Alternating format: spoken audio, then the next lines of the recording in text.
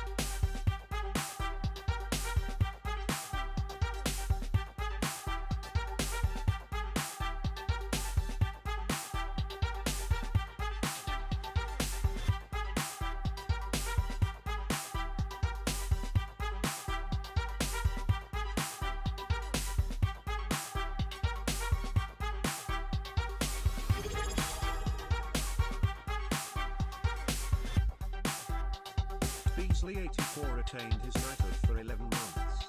I have arrived.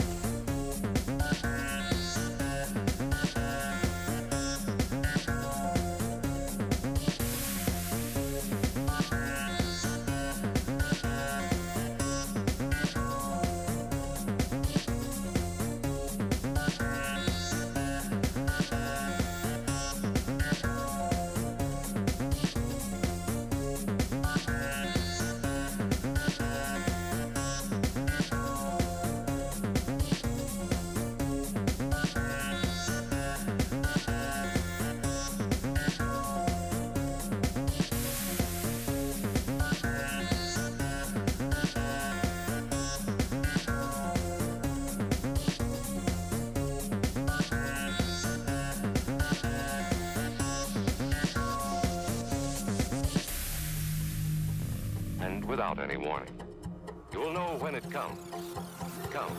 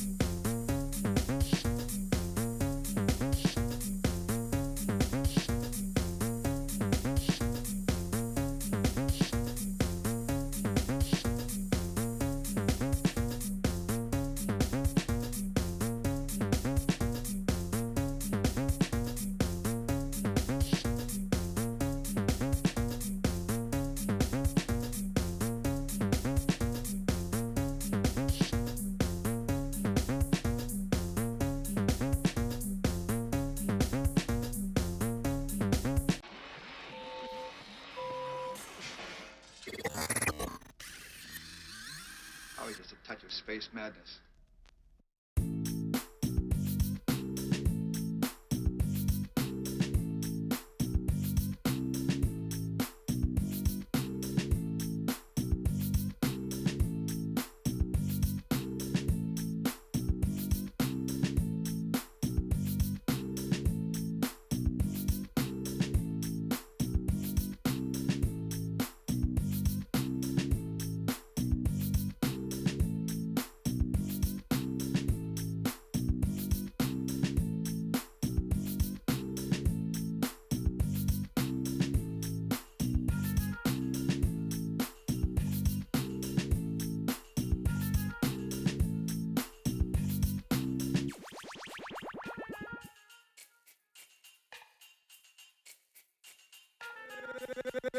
Gangsta Boogie.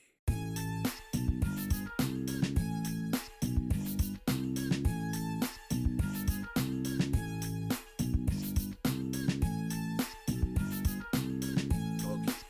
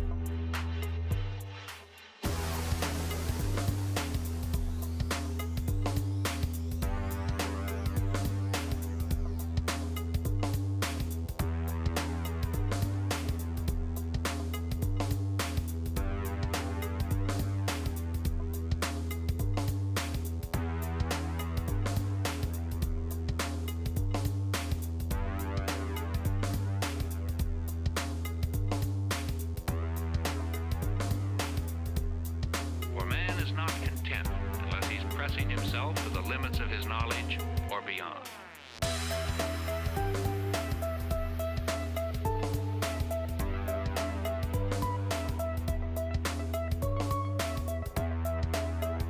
Beyond. Limit.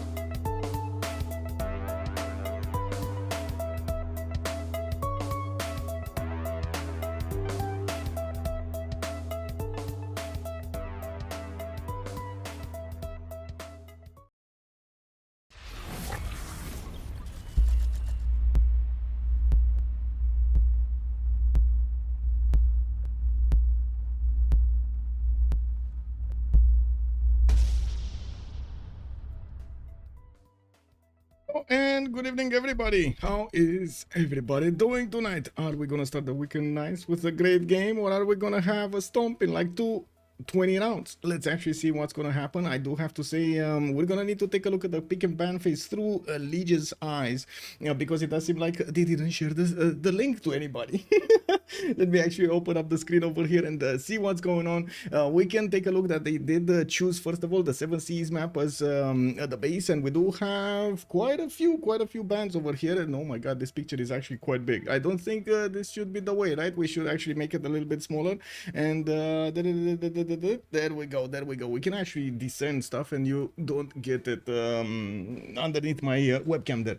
Is SM a new team? Yes, it is, but it is formed by players from quite a few years that played for quite a few years in the community in CPL or in Civ6 or actually right now in Su's server, the server that holds the qualifiers for the CPL. We do have, first of all, the map, right? 7 Seas. Left side is going to be Slozhnii Memas, while on the right side we do have Ulyss. I do want to point out over there, Slozhnii Memas means oh my god, I actually searched this out and right now I forgot. KW, man.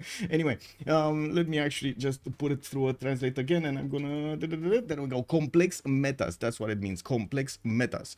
We do have, by the looks of it, on the left side on Slozhnii Memas, Brazil being taken out, Rome being taken out, Varangian, Japan. I don't know what's underneath Liege over there. It is what it is. On the right side we do have also Spain with Norway. I do see Konge, of course, being taken out on the right side, so both Norwegian powers have been taken out.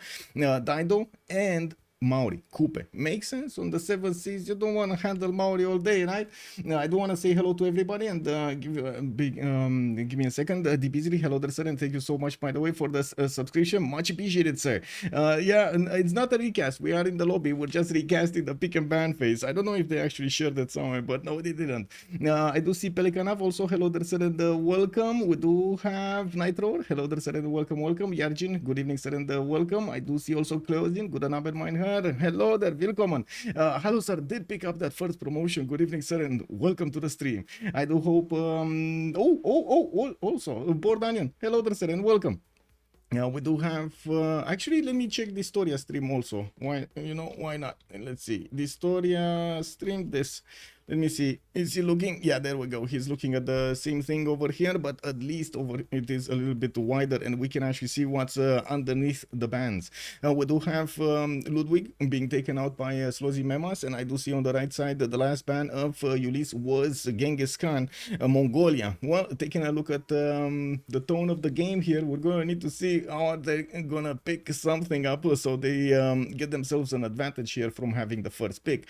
Usually the teams, again, do prefer to actually beat the second pickers, so they do pick 2 civilizations and they do know what to counter on their opponents. So it is kind of a double-edged sword here if the Slozhnii Memas is actually gonna pick something that will reveal their strategy, or will pick something that's, you know, flexible and can work with so many other strategies. It looks like this time they're gonna go for a Cleopatra Ptolemaic.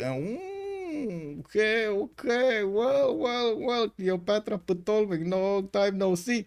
Bordanian also, good evening, sir. Goober Dragon, hello there, sir, and welcome. Not sure if it's a recast or the whole, yeah, just a recast of the draft, sir, just a recast of the draft.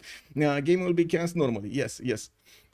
By the way, I do want to also take a little bit of time over here. We do have the Novice tournament announced, and I do want to put it up really quickly. Here, Novice tournament info. We do have actually quite a few games already scheduled. We do have 3 weekends, 3 qualifier weekends. So if you do want to get in, it's still time to get in for the finals for the 29th of September, which of course we're going to need to see at which hour and so on and so forth. And we will have during the weekend 3 games being casted. One of them will be by under on the 6th of September on Friday. Of course, tonight, actually, a little bit later tonight, right? Actually, no. Oh, yeah, it is a little bit later tonight. Now, we do have Saturday also, 3 p.m. GMT. That's going to be tomorrow by Pranavashan 04 and Kuliasik. And on Sunday, we do have a stream right here, much earlier in the day, 1500 GMT. Good evening, Rambling Man. Hello there, sir, and welcome. Maya, let's see. Do they go? No, they didn't. Wait, they didn't go for Maya. They did go actually on the right side. Ulyss did go for Mongolia. Genghis. Oh, sorry, Genghis. Kublai. That's gonna be quite nice. Also, Scythia looks like it's gonna be on the roster. Definitely, it looks like it's gonna be war on the map here by their choices. And immediately, Slozhnii Memas is saying, "Oh, whoa, whoa, whoa, whoa, whoa! Stop right there, sir. Woo! We got Macedon on the table here. Let's actually see if Macedon is going to manage to withstand the power of Scythia and Kublai, Mongolia. And we do have another 4 bands to go, and I do see on the right side, Indonesia is going to be the one being ticked off here by Team Ulyss, while Slozhnii Memas is thinking about their choices. I do want to say hello to everybody also on YouTube, by the way. Hello, everybody, and welcome to the stream. I do hope we're going to have a great game tonight. Let's see. Did they take off? No, they're still thinking about it. 35 seconds to go here. What's going to happen? What is going to happen? What are they thinking? Oh, well, it is what it is. And we do have, this would be awesome, by the way, if I could actually have a little bit of a sneak peek into what they're thinking when they're doing the draft. It would be awesome, by the way. It's amazing.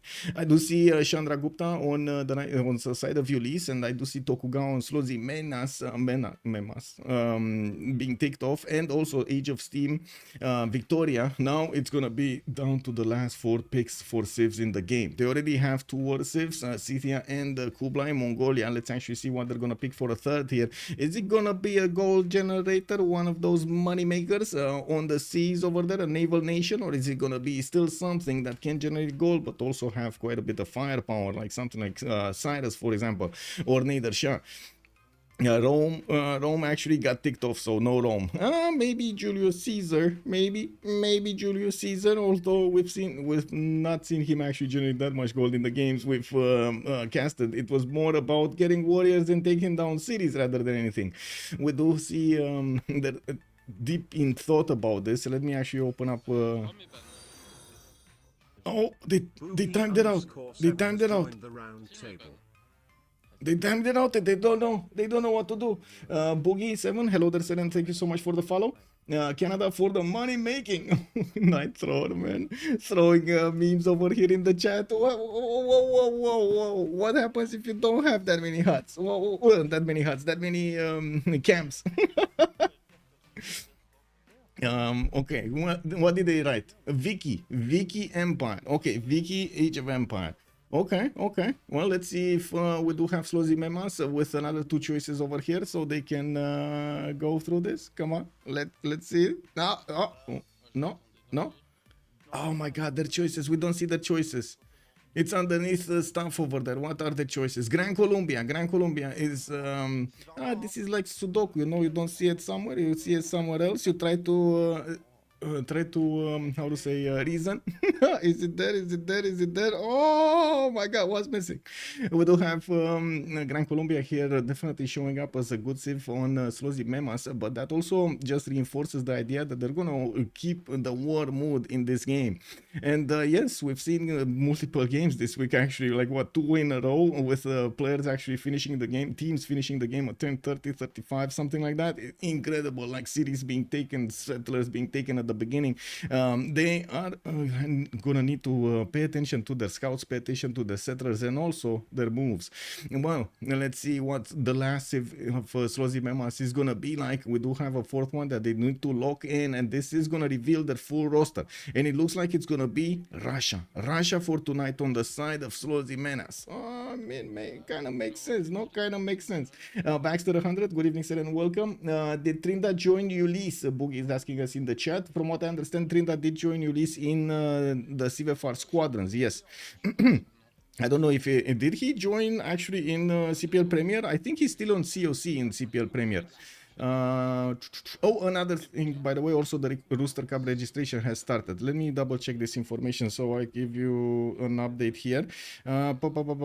Change of circumstance, we do have Trinda on change of circumstance, not on Team Ulyss. On Team Ulyss, we do have Distoria, Lead, Shunzu, Sofstyle, Kirat, Expli, Sambro, and Elena on their side. In CPL Premier, in Civ6 squadrons, that's a different story. Yeah, with much pleasure, Boogie. Also, Justice, good up in my head. How are you doing? How are you doing? Long time no see. I hope you had a wonderful summer.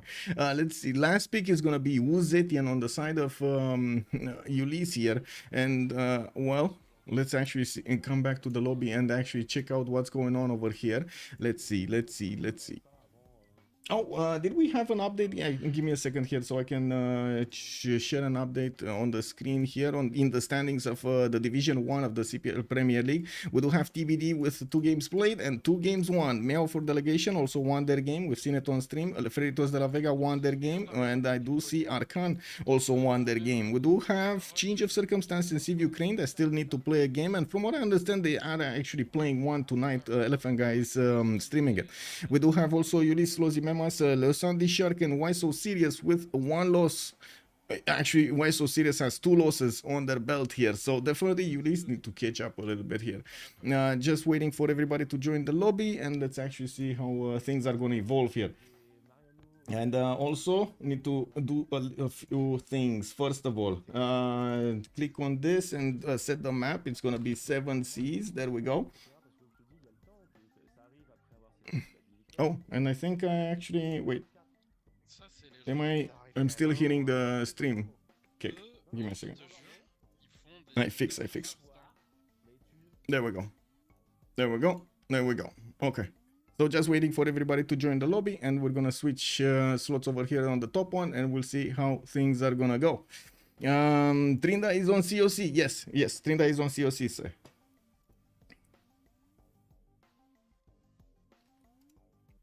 We're gonna see them tomorrow. COC going against Meow for delegation tomorrow. That is gonna be quite an interesting game. Can't wait to actually see how the players are gonna go against each other. TBD. Ooh, will they actually put Tordred on the battlefield? He definitely needs to actually catch up on his skills, brush up on his knowledge of the game over here. Since I gotta say, man, 3 years. It's been like 2 years or 3 years since we haven't seen him extremely active in the community. Let's actually see what he's gonna pull off this time. Peter Q, hello there, sir, and welcome. Let's see. Should I actually? No, I'm not clicking anything until everybody's in. Well, all but one, because you know there's a slot remaining. Why can't I click? Hello? It doesn't let me click. I can't pull this down. I can't pull this down. What is? Okay, there we go. Finally, there we go. So I need to wait for the one, no? Let me rejoin really quickly. Pop. There we go. Ding. Ding. And also pull out this. Oh my god, he has his profile private. That's unfortunate. I'm gonna need to search for another profile somewhere that I could join on. This is offline. I mean, I'm already joining in the game. I'm just saying I should keep a Steam profile open on my right side so I can just quickly join and rejoin if there's any problem. I think he has his profile open. Yes, he has his profile open. Okay, perfect. So I can join from that. The Manu Need. Hello there, sir, and welcome. Thank you so much for the kind words. Good evening. Okay, so we're on our spectator slot. We are gonna check Slozhnii Memas really quickly, even though I do think because we did rejoin, it should be fine. There shouldn't be a problem. We do have the players also choosing their civs. They're gonna put top priority here on the 7 Seas map on Peter, on Russia. Looks like Distoria is gonna have the second slot with Wuzetian, Sambro, third one with Victoria, Age of Empire. Now, Kazandar is gonna play Cleopatra, Ptolemy. We do have the Simmers basically being put on top, and the war civs down in the bottom. Let's see, XP over here with Tomaris, Suvorov is gonna go for Alexander, Bezdomi on Simon Bolivar, and Liege is gonna go for Kublai Khan, Mongolia. Well, let's see how things are gonna develop here, and definitely we'll see how the players are gonna use the powers of their civs to win this game. Is it gonna be something like a culture victory for Russia in a corner? Is it gonna be something like war civ stomping opponents? We definitely need to check the video out and see how this goes. Let me click on the buttons over here. It should be fine here. Hello there, papas. Good evening, sir, and welcome on YouTube. Got this. I feel like I'm missing something. Like I feel like oh, the prediction for the remaps. That's what I'm missing. Like, oh my god. Okay, there we go. How many remaps? 0, 1, 2. 10 minutes. 10 minutes is the submission period. Let's go. There we go. There we go. And we're loading in just on time. Perfect synchronization over here. Ha ha ha ha. Nah, it is what it is. From the first stirrings of life beneath water to the great beasts of the stone Man, age, Sean Bean has an amazing man voice. taking his first upright steps, you have come far. Amazing. Now begins Amazing. your greatest quest. From this early cradle of civilization, on He was towards the such a stars. good voice for the voice lines, for these voice lines. Let's see. Chat. This is the moment when chat actually says left or right. Are we going left or are we going right? Let's pour really quickly. And the first one to actually say it is going to get the cookie. We're going right. Bored Onion gets the cookie. We do have Roy over here. Peter, let's actually see him. Oh, directly in the Tundra. Directly in the Tundra. No problem. England to the north. Well, that's going to be a bit of a problem. Not that much. Actually, I think it's going to be more of a problem for Sambro than it will be actually for Russia over here. It is a different continent though. So yeah, let's go. Anyway, we do have Russia here with St. Petersburg already getting that faith underneath his settle with a few deer tiles to work. 1, 2, 3 that I can see in the capital. That means he's also going to have the opportunity to go for Temple of Artemis. We do see also in the northeast actually quite a bit of mountains. Not that much production though in that side, and I'm pretty sure he's not really going to enjoy Beringer crater. Like, let's be serious about this. Who's going to want to settle that one, you know? Anyway, good thing he does have some more fresh water in the south, and I'm pretty sure he's going to be happy with the amount of chops that he has also in the south over here to get that production going quickly. And we do have north side, Age of Empire opponent. Northeast, that's going to be Macedon, and that's going to be an ally. And taking a look at Kazandar here, he's kind of far away on the map. Kazandar is, where is it? He didn't settle. Kazandar didn't settle actually. We do have China that still needs to settle, and Kazandar is here. There we go. Again, Sudoku, where could he have been, right? We do have Kazandar here with warrior moving towards the south. Egyptian settler is about to get that city going. I gotta say, if he does settle over there, that's gonna be a bit awkward. He just blocked himself from this settle on the left side. We do have him benefiting from wine, a few 2-2s, and of course quite a few chops. The amazing thing here is he has so many floodplains to actually try to get a good working Lady of the Region Marshes plus Liang plus all of the big booms over there for the production and the science. Maybe a Temenaki might be plugged in over here just in the capital city. We do have also him to the right side of Gran Colombia. That's going to be one of his allies past the mountains. This is going to be very hard for them to actually get a working economy. And I do see to the southwest, there's going to be also Mongolia, Liege, that I'm pretty sure he's going to be okay from. This is a nice choke point to actually hold Mongolia at bay. Yeah, this peninsula over here doesn't really ring a bell. It doesn't really tickle my senses for an attack to happen here. Now, we do have to take a look on Macedon. What do we have here? Pella showing us the way. Okay, well, 2-2 base, 3 scouts for 3 turns for a scout, and I do see he's also gonna have quite a few settles north and the south. Actually south, not that many to be honest. Past the mountains to the west side, and yeah, definitely there's gonna be quite a few to the north for the fresh water. I think the most important thing to look at Macedon is, does he have a target?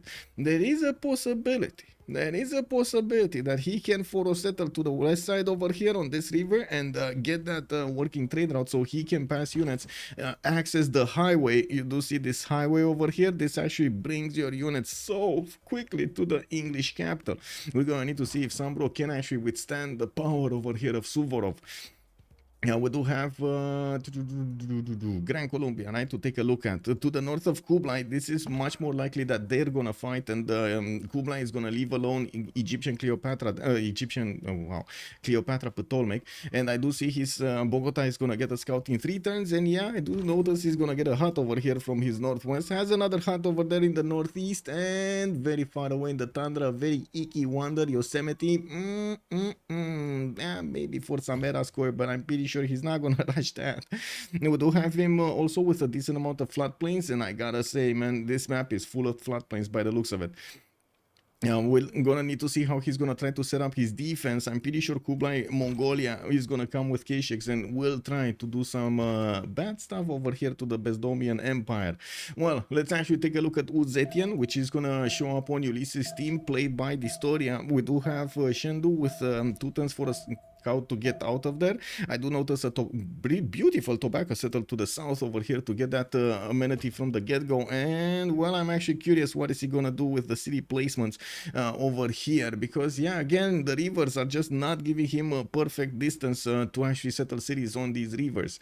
Anyway, now we do need to see also what he's gonna do about the economy. I'm pretty sure he is gonna try to get a city over here on the coast that's gonna allow him to trade with England, and gonna generate quite a bit of gold for them. The same can be said with Pokrovka. They all three can actually put trade routes in the water in between them. This is amazing for Ulyss. This is amazing for Ulyss. We've seen games being won because of the setup of the economy here, of the traders. Good news, I do in fact have cookies. Woo, Bordanier, yes. Urek also, good evening sir on YouTube. How are you doing sir tonight? Bordanier, what the heck are all those tiny mountains around Gran Colombia? Like all these like one tile mountains? Yeah, they're all over the place, right? All over the place. Nahostra, good evening sir. Ulyss remap, that's a good question if Ulyss remaps. I want to see that also.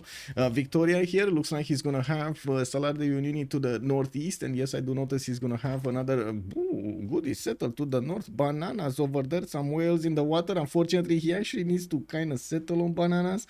I think he would rather prefer eating the bananas rather than stepping on them. You know, that's just my opinion. And by the looks of it, we do have to the north over here at Historia, breaching the fog of war between him and the Sambro. They will get to see where they are. I don't think they will meet other players, and by the looks of it, coming back to the thought of Nahostra about remapping or not, it kind of looks like they don't see that much territory here, so they might be incentivized to to remap just because they are worried about the lack of cities. They don't want to be caught in very tight territory. They want to have those 10 cities for later on sim requirements. We do have also Tomenis, and let's actually take a look. Tomenis has no target whatsoever. No target. Like, oh my god, literally no target. What's he gonna do? Pass one tile chokes to the west of Kumasi to actually see what's in Egyptian territory? He not gonna do that. XP over here is probably gonna well try to sim, and that's a sad day when you actually have to sim with Tomenis. It's a sad day. You don't pick Tomenis to just, you know, just go into a lobby and sim, right? Build campuses and stuff. No, you want to get in campus. You want to get suckers. You want to take cities. You want to pillage. You want to do stuff, you know. Anyway, Liege over here is probably going to have fun with Gran Colombia next to him, and I'm pretty sure he's going to try to get as many K6 as possible. It looks like we do have also him benefiting from a few truffles, but without the extra production. And yeah, he already has 2 horses in the capital to improve, 3 horses to improve here. Much better settled to go towards Gran Colombia. By the way, this is much better here than it is than Gran Colombia has any city that he can put in the south.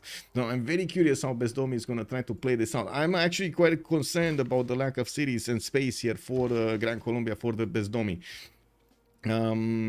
Let me take a look here. So Russia has good land. Gran Colombia, meh. We do have Egypt with a pretty good one, and it looks like he's already calling his capital supermarket capital. Well, let's see if he's gonna go for that. Yeah, for the culture win over there with the supermarkets, KW. And did he just buy a builder? Did they have any more gold? No, they don't have any more gold. So they might have actually just bought a builder, because I don't think he actually popped a hut, or maybe, I don't know. As in, it doesn't look like he popped a hut. Need Victoria gets to naval train with Uzetian and Citia. Yes, 3-way trades over there in the water is gonna be amazing for them. I'm pretty sure in this Celtic Sea there's gonna be a lot of gold, but maybe also some ships on the bottom over there with some gold bullions on them, right? I'm pretty sure there will be some disasters happening. We do have the settlers coming around, and we do have only 1 turn to go. Looks like Russia did meet his northern neighbor. That's going to be Age of empire, Sambro, and that also means they do know where his capital is. Let me actually take a look here. So this is their vision. They don't know about anybody else. Let me check. Do they know about? Yeah, they know about Kublai and they know about Age of Empire. That's what they know right now. It doesn't seem like Egypt is gonna get the visibility on the right side. We do have Grand Colombia also not seeing much of the west, and looking at how do you call this? Oh my god, influence points. No, not influence points, pressure points from the citizens. It does seem like this story is kind of far away from any scout to actually reveal that he has a presence here.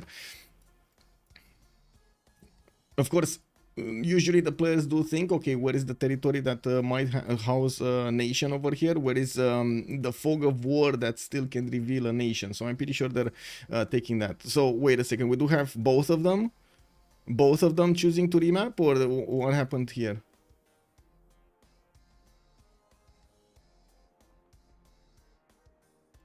Kek? What happened here? Visual bug because of icons in the nicknames.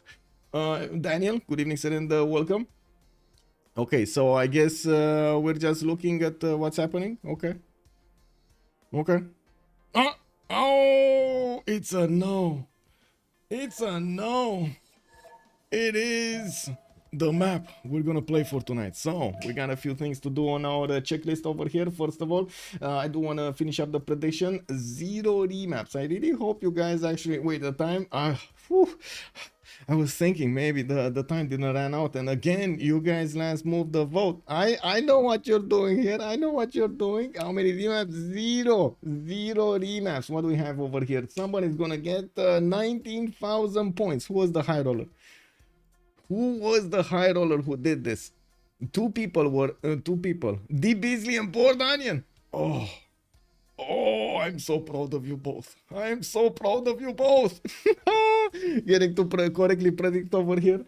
The Dawn is here. Feels good, man. Feels good. K Factory, good evening, sir, and welcome. Only problem is strategic since Colombia is opening campus. Hasn't done commercials. Let's actually... First of all, check this. Put the team labels on the screen so everybody does know exactly who is who. We do have on the left side the team Ulyss, and on the right side the Slozhnii. I really hope I'm actually gonna write this properly, because you know, Slozhnii Memas, I believe it is, right? Slozhnii Memas. I have no idea how to pronounce this. Just saying. Don't judge me. Don't judge me. I know I'm getting judged every time. It is what it is. Michael, can you check what the first general is? Yes, sir. Let me actually take a look here. Hannibal Barca is going to be the first general. Arya Bata is going to be the first scientist. Looks like in the engineer, nothing actually worthwhile to rush. James of St. George. And we do have Dimitri Cantemir. This will be interesting for whoever starts to make quite a few of these great musician points. I'm pretty sure Dimitri Cantemir is going to be a welcome addition. Okay, war has been declared. We do need to take a look again on the map and see exactly what kind of bonuses they're using, what kind of cities they settled, and also what kind of strategies they have. And just like Daniel mentioned, if it's going to be if they will have enough of those strategics improved from the beginning, and also access to them without spending too much money, because at the beginning you've seen the players actually judge and balance their coffers as much as they can. Sometimes, yes, you do get amazing gold generation because of, I don't know, extra resources. Coco heaven. We do have also quite a few I would say commercial openers, and sometimes you just don't have that. So you need to balance it out on the 0 line as much as possible. Peter just got a Pantheon. Yes, Earth Goddess, and I do notice we do have the second Lavra being built in Tver. The first one has been finished before he actually got the settler in the queues. That's the third settler, and I do notice at the moment no builder to actually improve anything here. He's having a problem with the food here, but I guess it's fine. He really wants the settler to come out much quicker than he wants to get the city to a higher population. population level, and this is gonna require him to go. I mean, usually Russia does like to go for feed the world because of the tundra, lack of food, and that balances things out. Now we're gonna need to see what kind of religion Russia chooses here, because well, first city is in the is outside of the tundra, in the grassland and in the plains, and it looks like he's actually targeting England over here from early stage of the game. Maybe are we gonna see some Russia horses from Roy? We'll see. He has access to a horse tile in the both second rings of his cities here, and I do notice his iron tile is nowhere. It must be underneath the lava. It really must be underneath the lava. That's probably the iron tile. Now, well, let's take a look at Cleopatra Ptolemaic. Cleopatra still on one city. He's gonna get his other city, second city to the northeast. The supermarket capital is also pumping out the third one, and we do have Kazandar over here getting his warrior to try to scout out in front of that settler, so nobody actually catches him. Well, it will be quite a bit of time for XP's scout to move one turn on each of these hills. This is excruciatingly painful to actually wait for the information about Egypt. Anyway, it looks like Akhetaten did settle directly on that sill tile to get the extra amenity and also the culture from the get-go. He has an iron tile and a horse tile in the second rings of the capital city. Not to mention a third ring horse tile, that's a second one to the west side. Access to more iron if he settles cities towards the northwest. And I'm pretty sure he's going to want to settle cities on all of these rivers. It just doesn't immediately look like that's going to be insane. Let me actually take a look. So 1, 2, 3, 4... 5, maybe 6 on a river with fresh water, 7, 8, right? 9 and 10. Okay, I mean that's fine. Actually, he can fit 10 cities over here. Some of them in awkward places, but it should be fine. Yeah, we do have also Alexander to take a look at. Looks like Alexander, Amphipolis, and Pella already got settled. His third scout going towards the south, and I would imagine, I'm actually curious if he's going south here, where he doesn't actually have tutus and he doesn't really have actually not that many hills overall. Not only not tutus, not that many hills overall, or is he gonna take a sharp left turn and will go for that maze or this settle over here on the 2 flat base, so he can get access to a lot more hills and actually keep on working past the second population something. We do have him first choosing here. It looks like he's gonna go here, so that's like 1, 2, 3, 4, 5. Oh, 1, 2, 3, 4 hills, 5 hills, 5 hills around that city in the second rings. That's much better. That is much better. Yeah, much better. Anyway, access to also a marble tile to improve there. Frankie, 4 fingers. Good evening, sir, and welcome. Thank you for the tier 1 sub. Much appreciated, sir. Frankie 4 fingers retained 9 his months. knighthood for 9 months. Thank you. I do want to take a look at his strategics, both strategics actually from Pella. _legend has joined the round table. SOT Legend, thank you so much for the follow, sir, and welcome to the stream. Now, we do have Pella with both strategics in the capital. I do see our horses and an iron tile to the northwest, and the 4th settler being chosen to be built from an early stage. The story is coming through the forest there, through the western choke point, and it looks like he might actually get the opportunity to create some problems here for Macedon. Suvorun needs to watch out. It seems like the Historia is on a mischief mission. We do have also some ambulances just running around here. Looks like next up Simon Bolivar. Let's actually see Caracas and Bogota.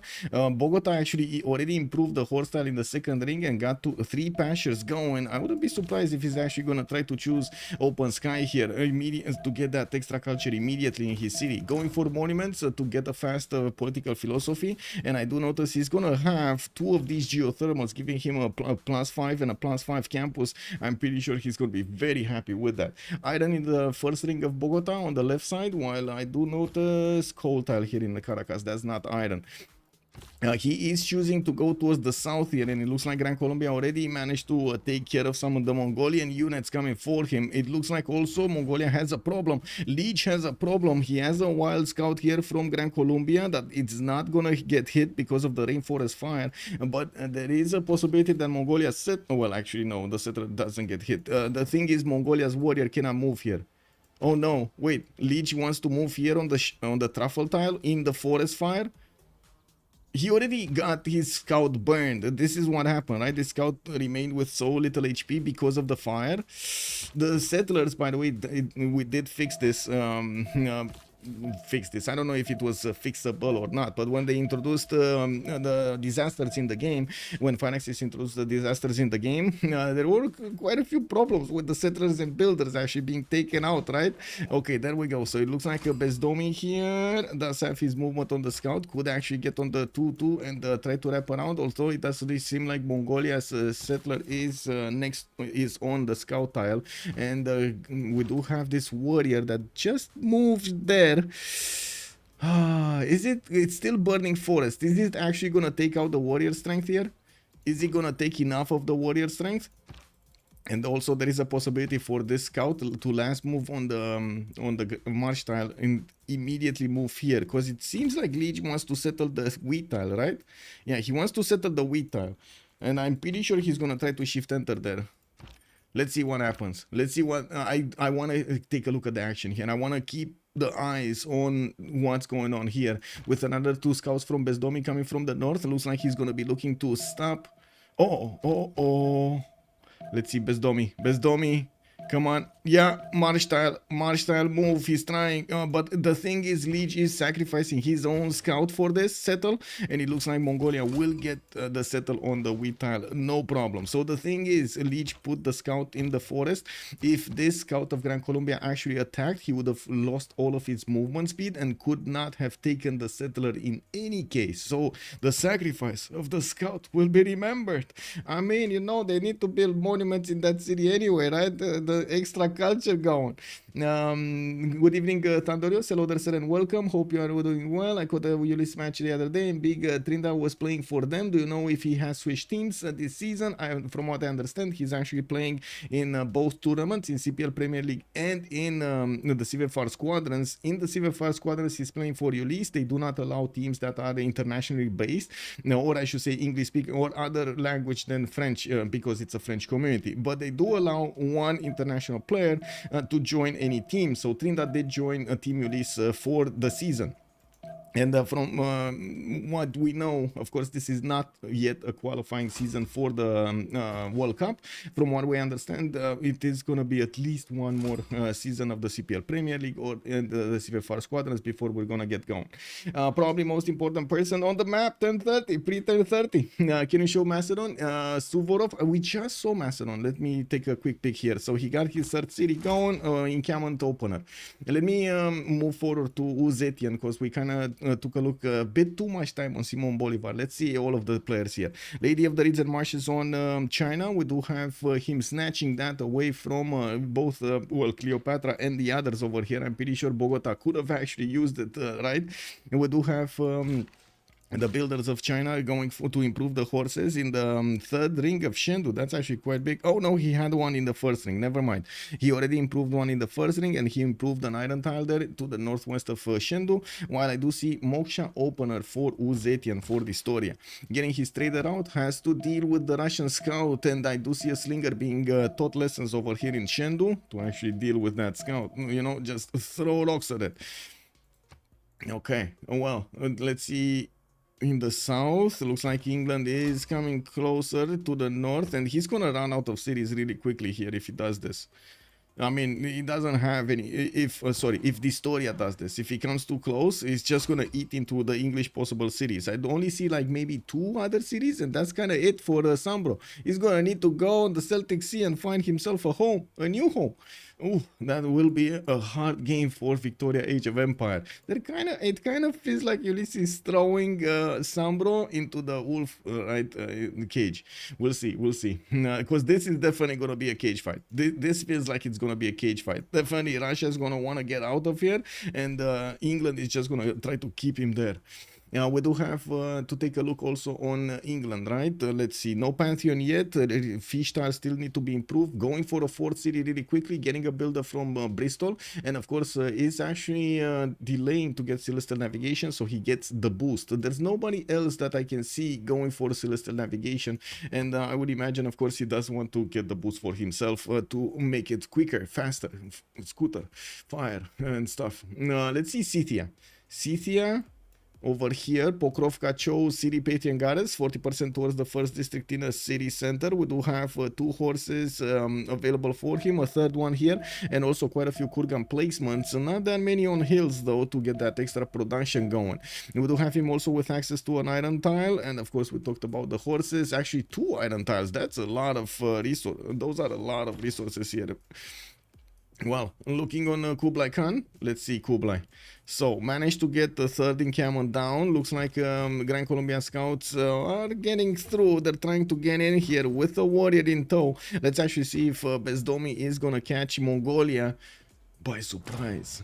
Since Mongolia did choose to go for God of Craftsman, he's getting the extra point of production and faith on his horses, and we do have him plugging in Liang in the capital city. If he's going for the right tree here, he's gonna get the food and the production on each of these tiles with resources. I do see 1, 2, 3, 4, 5, 6, 7 and that are gonna be easily getting that bonus. And of course we do need to see how he's gonna deal with Grand Colombia. I think that actually answers that, by the way. The archer improvements already will deal with the scouts very easily. It's quite hard to actually fight against archers at the beginning of the game with just scouts and warriors, like, let's be real.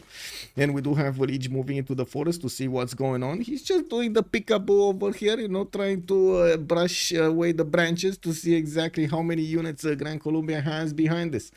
This should be an easy win for Ulyss. Wow. And I gotta say, yeah, fire roasted truffle. Who doesn't like that? Mr. Breaking News, good evening, sir, and welcome. He saw that immediately, man. Also, can you show Macedon land for a second? I'm just gonna take a quick peek again. Fourth city from Suvorov going towards the south. This is terrible, man. It definitely would have found a much better game if you would have just sent it to the northeast. I am not sure, or to the northwest. This feels like it's the last one that he needs to go into. But anyway, like the last direction that he needs to go into. Now we do have the builders coming up from Amphipolis, and yes, I do see he got a slinger there, turning the Chinese scout away from his territory. That Chinese scout did come from the copper entrance, and well, he didn't really get any. Oh wait, yeah, he didn't really get anything. I was afraid of the trader, but it looks like the trader is safely going towards Antananarivo here, getting that extra goal for him. Not yet opening with Amani inside of that city center yet. Anyway, let me actually put up my chats in order so I get to see on the left screen what's going on. Depends on what Macedon can do. Yeah. Thank you so much for the follow, Lord Laken. Good evening, sir. Laken has joined the round table. England is in a bad spot. I gotta echo what Baratumko is saying, but also I gotta say England over here will need how to say,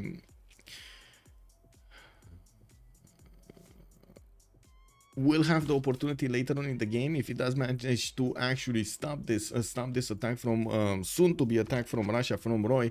I would imagine later on in the game, if he plays his cards right, maybe he does have a red coat ability, possibility to go against his opponent here. Also, other team has a different name, but the players are veteran Russian players. Yes, they are veteran Russian players. We do have Bezdomi that has been playing in the first and actually in the first 4, if I'm not mistaken, CWCs, or even more than that. He has, how many seasons does Bezdomi have on CWC? Does anybody know? I'm pretty sure it is at least like 5 or 6 seasons out of the 9th we've played. And we do have Suvorov also, at least 2 seasons that I know of underneath his belt. Kazandar many more, like 4 or 5. We do have Roy here that again he has been playing from the 2nd season of the CWC there. Do we already have a religion? No, not yet. We don't have yet a religion for Russia. Looks like he's plugging in Moksha here in St. Petersburg and started to get the camps improved, getting the monuments out, and getting that third Rava going in Kazan. He's not really prioritizing getting the religion quickly, but as you can see, he will get it in 1 or 2 turns anyway. Well, I think 2 turns. I'm not sure if he actually finished. I don't think he has any more. No, he can't get any more points than 4 right now unless he finishes his Lavra. So yeah, 2 turns. That's it. And the thing is, it's confusing for spectators. Sometimes we change team names a lot. Yes. But you know what? It would be less confusing if we get the logos also. It is what it is, no? And I gotta also point out, There were quite a few comments in what the Counter-Strike League, that there was like one team basically always dominating, and it kind of got boring at some point. Or was that in League of Legends, Dota? I don't know. I did just brush my ears a few weeks ago, and I just like, "Phew, okay, so, wow, okay. I mean, that's yeah. It's not like we haven't seen before in the community actually one team or two teams really managing to dominate the scene. And well, let's take a look at the city states here. Geneva with Fez, we do have them for the science bonuses. I do see Auckland with Hong Kong, and Brussels will be here for the industrial zones. We do have Rapa Nui with Antananarivo and Kumasi for the culture benefits. Kumasi already getting courted over here by XSplit, by the Scythian Empire. We do have also Mogadishu, Bandar Brunei, and Venice for the gold. And I do see Chinguetti is going to be the only one for religious benefits in the game. That's still going to be massive over here on Russia. We do have it quite far away. I don't see it close by. Where is Ching? Oh, here. Okay, southwest of Gran Colombia. They already met it. Okay, that's what I wanted to know, if they met it or not. Temple of Artemis in St. Petersburg, we do have Moksha establishing there in 2, and of course Temple finishing in 6. While multiple builders are coming around here, we're going to need to see what is he going to prioritize. So it looks like horses is going to be a priority here. He has another 2 charges and another 2 pastures to improve on the horse tiles. Well, I do also notice a Mercury tile that would give him an extra amenity, even though right now I'm not sure if that should be a priority. They definitely need to get the strategic resources quickly here. Now I do notice 2 players on the side of Slozhnii Memas getting resources of horses in their empire, Bezdomi and Suvorov, while on the left side on Team Ulyss we do have already 3 of them getting those resources, and full stock of them. Distoria, XSplit, and Liege all have full stock. I do see also Gran Colombia lost one of his scouts to, well, the dangerous rocks of Mongolian slingers. We do have encampments coming around here and finishing and getting the encampment training projects for the generals. Mongolia, Macedon are making points right now. We don't have yet we don't have yet Roy making those general points, unfortunately, on Russia or England to get those general points. Of course, England doesn't want to start with harbors. You see them opening up over here, the goldy gold. Russia really wants to get his early base going. Still not fast enough, right? He doesn't want to rush this. We do have him choosing a religion, and it looks like Eastern Orthodoxy is going to be on his side. Feed the world with Defender of the Faith is going to be available for Russia. With the shrines giving him the food and the temples giving him more food, not to mention housing, he's definitely gonna have a better time here in the tundra with that belief system. Not sending to England. Yeah, XP overflowing horses. Yeah, I mean, everybody's overflowing horses right now. They should just feed some, bro, horses. Just take them, bro. Just take them all. Take them all. Mercutio Flavius, good evening, sir. Not a big deal, but you missed one letter on the team name. Slozhnii. Oh, I did? Sorry. Let me actually say team 2 Slozhnii. There we go. That's better. That's better, right? That's what it is. I think it is. And thank you for the feedback, by the way. It's the first time that I actually get to see this team, this team.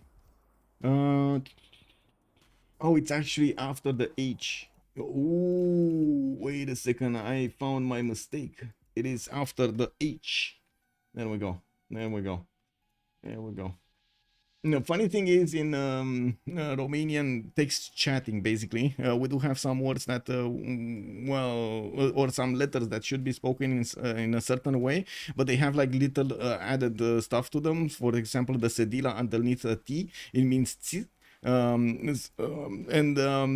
In writing, instead of actually using the keyboard to write the perfect, the perfect character over there, we just put an extra Z.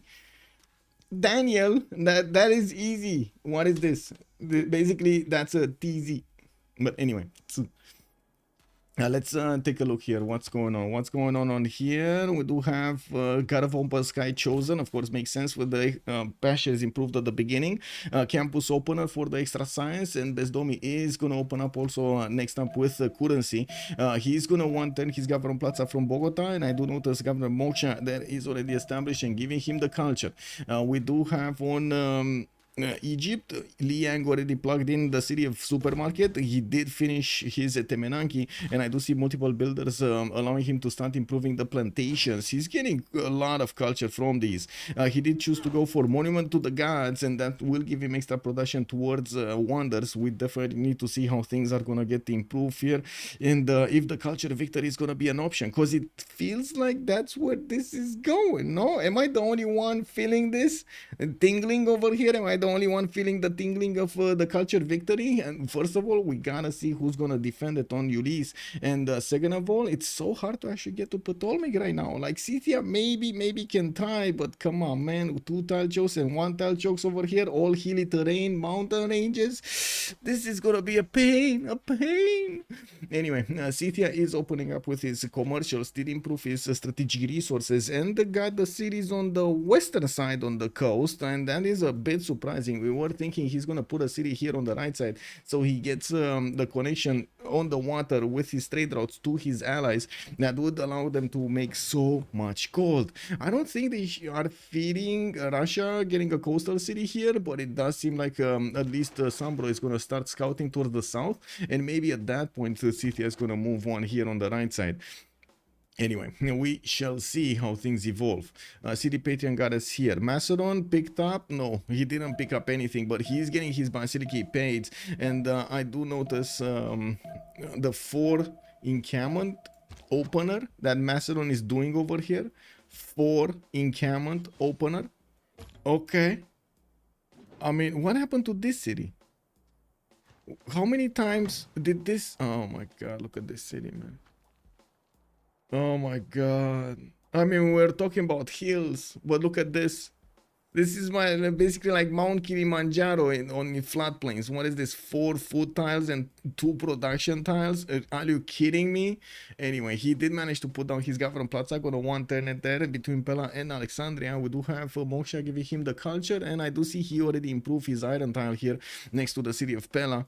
We will need to see how strong he will have the attack against England on the left side. It kind of feels like this is going to be a coordinated attack between the 2 players, between Suvorov and Roy in the south, so they can push as hard as possible against England and make him how to say, lose one of his borders. There just isn't at some point enough production to hold the chokes on the south or on the east to fight on 2 fronts. And this is going to be a major question here if Sambro can do this, if he can withstand the Russian attack and also the Macedonian attack. And we do have Temple of Artemis finishing next turn. Looks like England did try to get in and did manage to burn the deer improvement here.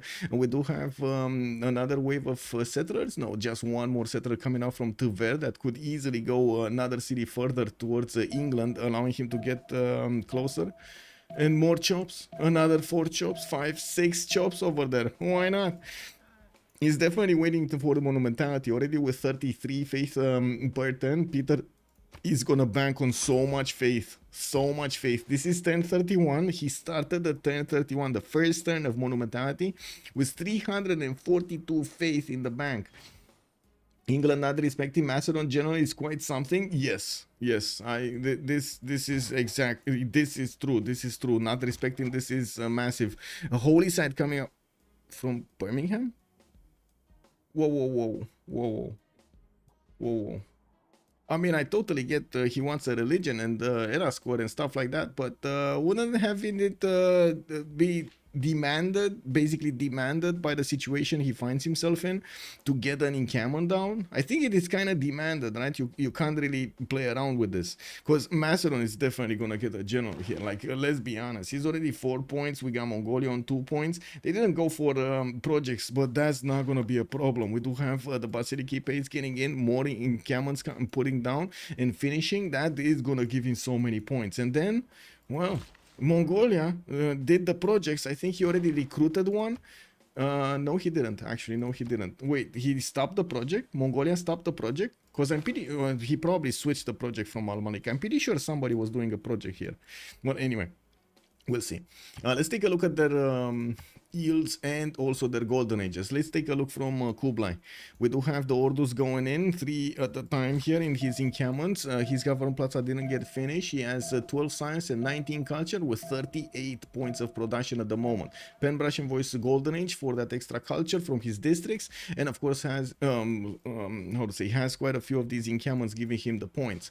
We do have Tomeris also 10 science and 17 culture, 29 gold a turn to mention, and also 48 points of production. That is the biggest one in the lobby right now, and I'm pretty sure it yeah, look at that beautiful commercials all over the place here. Gavron Plaza got placed down between Pokrovka and Isik. He's gonna get the campuses over there next to that city center, but he also next to that Government Plaza and the mountain, but he also needs another city to the northeast. We do have him getting the markets out for the traders, and of course well, we're gonna come back to see what will happen if he will manage to actually get through to the Egyptian territory.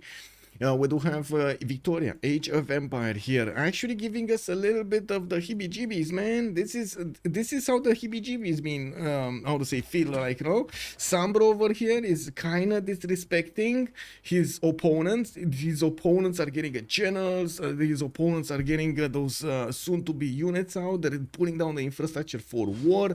They want to get that production going towards units to, guess what? To smash England. There's no other option for them here, and we do need to see how Russia is gonna get to use his chops, and also how Macedon is gonna try to actually bonk England here. I would imagine it's gonna involve quite a few units and a general. Oh my god.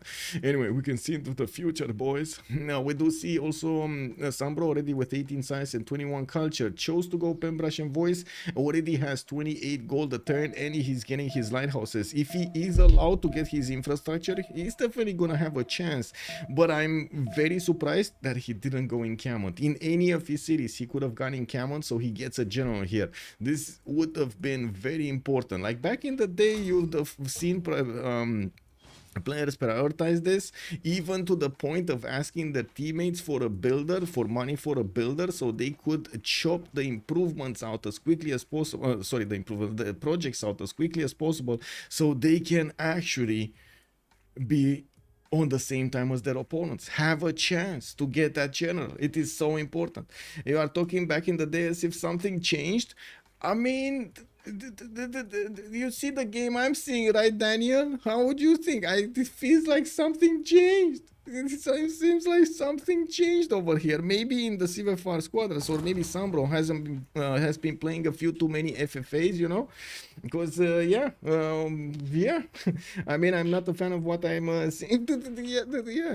Let's see how things are gonna evolve here. Let's see. It wouldn't be the first time that we actually get to see England being taken out because no general, harbor opener, close proximity to a war nation, and so on and so forth. The reason that the people were talking earlier in the stream, this might have been a remap for Ulyss, right? But it looks like they were preferring the placement of Leech. They were preferring to have those coastal trade routes here between Uzetia and England, and also Scythia. But it would have been so much better if Scythia would have been instead of London here. Scythia would have made it so much better for their team.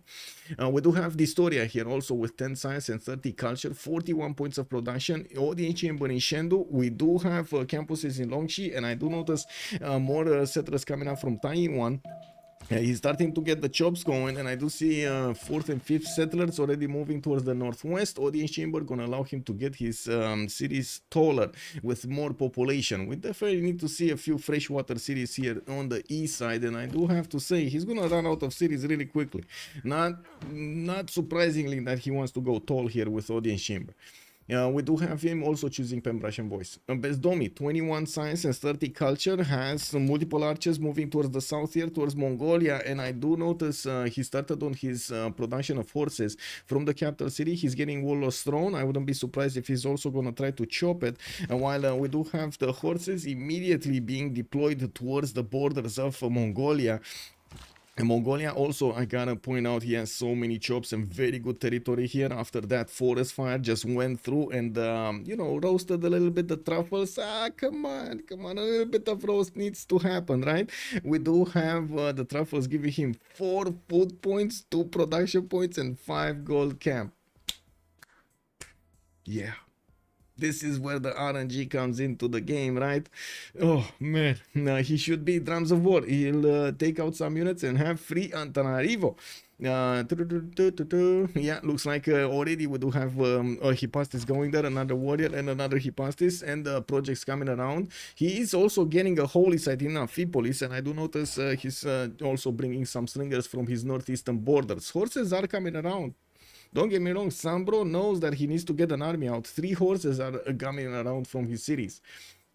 And back on Bezdomi here, we do have him on a Pembrasian Voice Golden Age, and Guayaquil did get settled right in the face of Mongolia, but in a placement that nobody actually can contest him on the seas. We do have him with God of Open Sky, 3 turns for Warlords, and he did chop once. He did chop one of the deer tile improvements there, or I should say the deer tile. Suvorov, 12 science and 15 culture. We've seen him finishing up his Basilici Paids in 3 cities and immediately switch to building units. This Basilici Paids for Macedon gives him extra science every time one of these units pumps out of the city with a Basilici Paid in there, which is very valuable since Macedon, well, doesn't really get to sim that much, right? So we do have him getting so much science just by building units and also taking down enemies.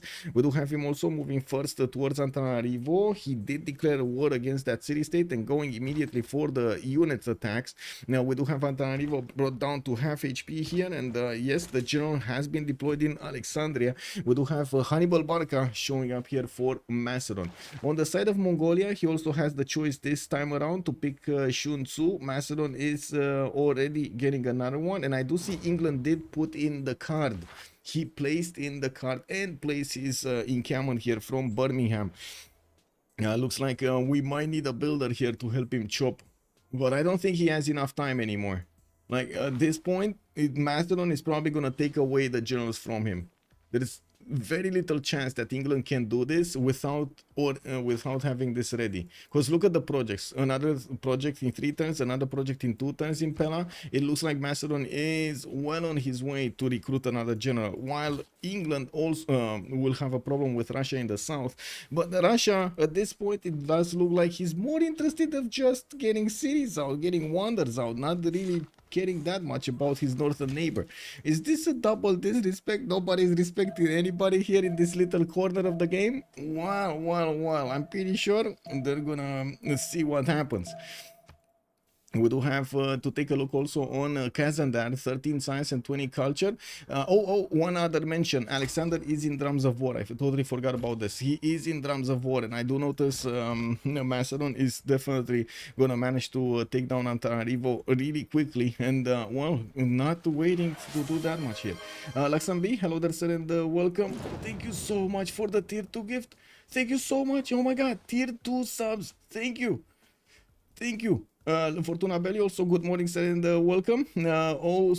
Suvorik, not trolling, Suvorov, not trolling. I guess Suvorik is basically like a, how to say, cute name, right? A cute name. I think Memas limited on strategics. Nickname. Okay, nickname. I don't think they were limited on strategics. I didn't see them limited on strategics. No, they're making quite a bit. Iron on both Roy and Suvorov. We do have Kazandar with all 4 of them actually making horses. And on the other side on Ulyss, I do see the same. They managed to upgrade quite a few of those tiles and are getting a lot of resources out of the lands. Click. Let's get the prediction. Oh wait, Roy, we did talk about Roy, so let's get the prediction going really quickly over here for who's gonna win this game. Start the prediction for who will win. On one side we do have Ulyss, on the other side we do have Slozhnii Memas. Let's see if I actually got this correctly. So ZHN. Okay, I really hope I got this correctly. It is what it is. I'm sorry. Chat is gonna definitely judge me. Judge me, chat. Russia doing a bait and hook play on England, make him think that you are not a threat, and then Macedon comes in for the great one. Well, yeah, I mean, he's kind of setting up an alley-oop here, right? He's setting up an alley-oop for Macedon. If England deploys too many units towards the south, and also the general, he's going to be exposed on the right side heavily, and we do see already Macedon's units going there. Hetaris are coming up from the cities, and the Warlord's Throne is getting built in the city of Pella. We do have more generals also being recruited. Macedon got the second one, and I do notice all of them got picked. We do have, oh no, actually 3 of them, because this would be Commandant General. Oh no, there we go, all of them. Macedon just picked up the last one. There we go. So we do have 3 on Macedon, 1 on Mongolia, 1 of course on Grand Colombian that he gets for free over there, Jose Antonio Perez. We do have Russia with a bit of a problem. He does need to chop his horses and defend against English units. I do see Russia is taking a look at what's going on over there. And he does have builders, by the way, with monumentality available to chop horses. There we go. He just got one from Astrakhan. He's probably going to get one from Tver. And will try to fend off the attack before these units of England actually get onto his tiles and be able to chop something, pillage something. Astrakhan is going to get to chop another horse, and let's see Tver. Is he gonna keep on going on temples? By the way, this was quite a rush for temples. Temples turn 36 over here, or earlier turn 35. And we do have also another city moving towards the northeast and one towards the south here. We're not seeing him move. He still has like 9 seconds. There we go. Switching to horses, chopping horse. Let's see. Russia, you chopping horse or not? Are you gonna let that just go through? I guess it won't be a chop here for Roy. Okay, has a teammate nearby, so 2 versus 1 against England. Yes, it is a 2 versus 1 against England. That's why we were like so questioning how did England did not choose to go for his general over here, especially since we do have Macedon next to him. Although I gotta point out, it would have been hard to contest. It would have been very hard to contest, and maybe he thought it's not that good return on investment to get it, even though I'm pretty sure chat over here would say, yeah, it's definitely worth to get in a general when you have Macedon next to you, man. If you don't, I don't know if you're gonna withstand the damage, you know, too much damage here from the Macedonian power. Also on Roy, we do have him on 22 science and 27 culture, losing gold already, while Kazandar is trying to get the economy for them going. You do see there is a massive problem in this category. We do have only 7 gold here, -1 on Suvorov, 33 on Kazandar, and -6 on Roy. They don't have that much gold to acquire every turn, but that might, or that should change during the game. On the other side though, Team Ulyss has no problems with the gold. Look at that. We do have 7, 58, we got 32 and 28 on their side per turn. That's gold per turn. Kilaad, bonsoir monsieur, bienvenue. X-Please doing Magnus internals, Moksha, sorry, Pingala internals. Are these internals? Yeah, these are internals. Pingala internals. He's not Kumasi external. What do you mean? Expli is Scythia. Oh, I see. Expli is Scythia. Never mind. I thought you were asking about Sambro. We're talking about Moksha. No, Pokrovka to Kumasi. He's doing Kumasi externals here. He has already Amani in there, and he's doing Kumasi externals. Yeah, escape settle from England? Well, not yet. But we might see one. Getting Warlord's Throne over here for the extra production, and of course the military resources there. And I'm pretty sure the lower gold maintenance is going to be very important here. Macedon putting a few units towards the northeast. I do want to point out how he's actually moving around these units of England. Taking a look at the vision, you do see that Hetari did cross the river just outside of the vision of Sambro's horse. He cannot see him past the rainforest, and the same can be said about this Suvorov. He passed this. He's moving very close up, but out of the vision of the Sambronian horse. Well, there is a possibility that Suvorov is going to cross here, wait another turn, and then get the attack going on England, so he can get 2 units to smash quicker. He has also the units in the south getting closer to the hills here, while Russia in the south of Leeds is also getting a lot more chops to go for this. 3 horses already should be enough to deal with this army, weak army of England. Hello. Sambro is already dead, so whatever he does, I wow, wow, already putting the nail in the coffin, man. Oh, poor guy, man, poor guy, already putting it like this. Wow, okay, well, it is what it is.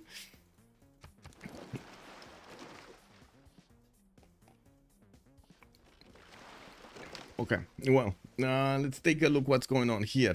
Already we do have Mongolian units coming close up in person with the Grand Colombian ones. You do see neither of the sides can actually push into each other. Both of them lose a lot of strength attacking into each other. We definitely have more archers here on Grand Colombia, although I do have to mention it's just a matter of time until we're gonna see Mongolia get his Keshiks out. We do have him needing to get to stirrups, and right now I do see Liege going for his apprenticeship. Well, with the archers doing the damage, the initial damage, it does seem like Mongolia is getting pushed slowly back. And we do have Bezdomi trying to do the forward attack against the Liege's horses, but that unit of Mongolia did retreat exactly on time. He prevented that very nicely. We do have also a lot more horses coming in from Gran Colombia from the north. He did finish his Warlord's Throne and getting his fifth city out on the right side, while also Liege has managed to get a holy site down in the city of Kokekota, while he's getting his fourth city towards the northeast. I do see a fifth one, settler, getting trained over here in Armalik. Okay, I mean, sure. 4 tiles are amazing, by the way. This Governor Liang is giving him so much production. Even made this olive tile a 4-3-3.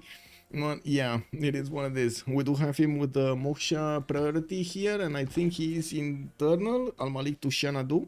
Al-Malik to, yeah, he's internal with only one trade route, which doesn't really give him that much right now. Anyway, it is what it is.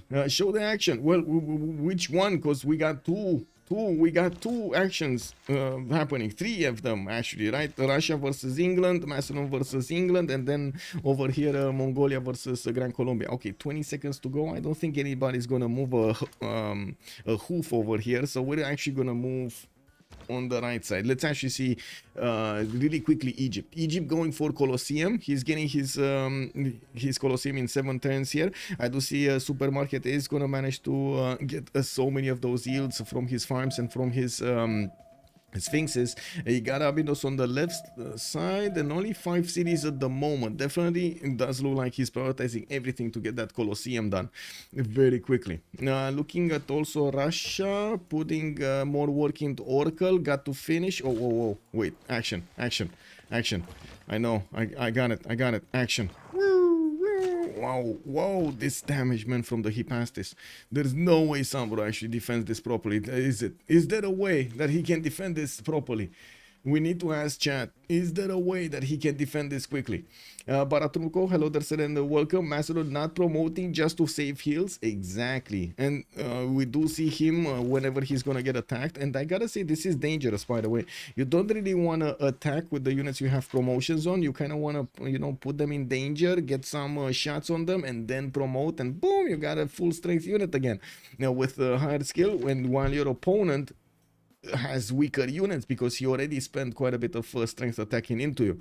You can't really do that against archers, so you gotta be careful with like crossbows or units that might actually be a bit too hard for your units to handle. Mazur is already calling out, he dead. I don't know, I guess we'll see. I'm pretty sure this is extremely problematic. Like, I'm pretty sure this is apocalyptical for the Empire of England. Is Sambro getting it is what it is. Cheesecake Factory, no. Also Daniel, to be honest, I thought Mr. Macedon would have slightly more by this point. I mean, look at the line of units coming in. 1, 2, 3, 4 to upgrade. He's getting his military engineer to build the pathway there, to build the road. I mean, this is basically him just getting the game going, you know, getting the things moving over here, building the infrastructure in waves, and of course the units to carry them on that infrastructure. Ooh, that also mean Uzetian somehow needs to do something, because, well, you know, these Macedonian Hetaris are not gonna stop at Birmingham. They're gonna be like, oh, what do we have here? More candy, this time red candy? Let's go. Anyway, okay, so early moves. There we go, 1 unit taken down. We do have also the Great Prophet walking onto the holy site. Let's see, do they have more? So, Defender of the Faith has already been picked up by Russia. Healing, maybe? He's gonna go for the healing belief. Doesn't seem like it's gonna give him what he needs, because his units are dying very quickly. They're getting 2-shot, almost. Wow, that actually remained alive. Man, the 1 HP monster. Anyway, it is what it is, man. It is what it is. Pyramids. What is Roy doing? What is Roy doing on the front line? Getting imagine the disrespect from Roy. Imagine the disrespect. What disrespect Sam Roy is feeling right now. It's basically a guy punching him and the other guy just eating a steak in front of him, getting the monument, getting the wonders. No. Need to buy settler for England? It feels like they need to buy one. Yes, it feels like they need to buy one. Governor Victor is also establishing in Birmingham, and I do want to move here to see what Gran Colombia is doing. Managed to push back the Mongolian units from his forest while he's getting a few units towards Chinguetti. We do have Bezdomi finishing up some markets and also getting campuses. That's a +3. Yeah, that's a +3 next to Guayaquil with Governor Victor established. Spearmen coming in, and Chinese scout is actually right there next to the city of Bogota. I don't think he's going to be happy about this. He does have a spearman that can bonk, and he should actually bonk from the right side, so he can actually do the damage with the spearman. 3 movement, quite nice over here for Gran Colombia to have that extra movement. Diplomatic work also coming up in Caracas. Looks like they are considering it's very important to try to get the influence points for the city-states from an early stage of the game here. Roy has a line of horses. Yeah, okay, so Scout didn't manage to pillage. Gran Colombia stayed here, okay. We do have Macedon getting close up in person with Birmingham, which is a 43 defense strength city. This is a problem. The Hypastis will do damage to the walls and will also do damage +10 against the city when it will be besieged over here. No, besieged, well, it doesn't really say it's only on when it's besieged. That's 57 strength from the Hypastis against the city center. That's still gonna do a lot of damage. He only has 2 of them, with maybe a third one coming in that he needs to upgrade in Antananarivo. Looks like he's not putting the gold in that. They don't have that much gold. I did point out the gold pattern was quite tricky on the side of Slozhnii. We do have Slozhnii Memas. We do have Suvorov here with a lot of production but lacking gold per turn. Same can be said about Roy. 88 points of production, -11 gold. It will be quite some time until Bezdomi gets his economy going, and he still needs to pay quite a few units, while I'm pretty sure Cleopatra here, after he did manage to get his Colosseum, will need to do something on those lines, get the gold for his teammates, finishing up more commercials, getting more cities here, improving the talents that he has. Although I do have to say he's not getting that lucky with a lot of plantations, and also worthwhile plantations to get like cocos or stuff like that, or of the other kind of pastures or camps. I mean, truffles would be amazing here. It is what it is. Can we add what the Disto and the XP are doing? Yes, sir. So Historia is putting a city to the south. Looks like he's getting a few horses of his own, and a few of these warriors. Looks like he will be looking to actually help out Macedon, help out the war against Macedon, and this might be something that saves them. Let's see if Historia is gonna get there on time. He's also already connecting his economy with Scythia. I do see XP is putting a city to connect a little bit faster these traders. Getting audience chamber here for a higher population, while I do have to say Macedon lost a unit here. There is an English swordsman that is going to be taken out, bullied over here by multiple units, but at the same time he did manage to win another turn for his England, for his owner here. Oh, wow, I didn't want to mean for his leader here. We do have Sambro. Oh my god, I'm so sorry, that was bad juju. Nahostra, can you check what general is? Medieval? Yes, sir. Great. Forms a core out of a military land unit. There we go. England are not his religion. Roy has a line of horses. It's okay. Yes. Well, Roy over here is not moving one of those horses. I'm actually a bit surprised that Roy doesn't want to move horses towards England, forcing him to deploy more units here or spend attention on the south. That is very important, spending attention. You don't have that much attention to be given, not that much APM to use. I did get the prediction. Yes, let him cook because he didn't move a general. Well, let's actually see the cooking happening over here on England. I do have to say he's moving swordsman very quickly on the front line, but he is down to only 3-4 units here that are defending Birmingham. Does this one have a promotion? Yes. Does this one have a promotion? No. This actually needs one more point of experience to get a promotion going. Maybe he's gonna get it, maybe he's not. It's kind of dangerous though to actually leave. Oh my god, look how many units are just coming in. There are more coming in, more than he can actually destroy. This is the problem, right? The units are coming in, chewing and trading and managing to overwhelm over here the defenses of England. This is basic Macedonian gameplay. We do have ancient walls in 2, and yeah, well, we'll see if those are actually gonna allow him to defend this. The Hypatis are gonna have a say in this, I'm pretty sure.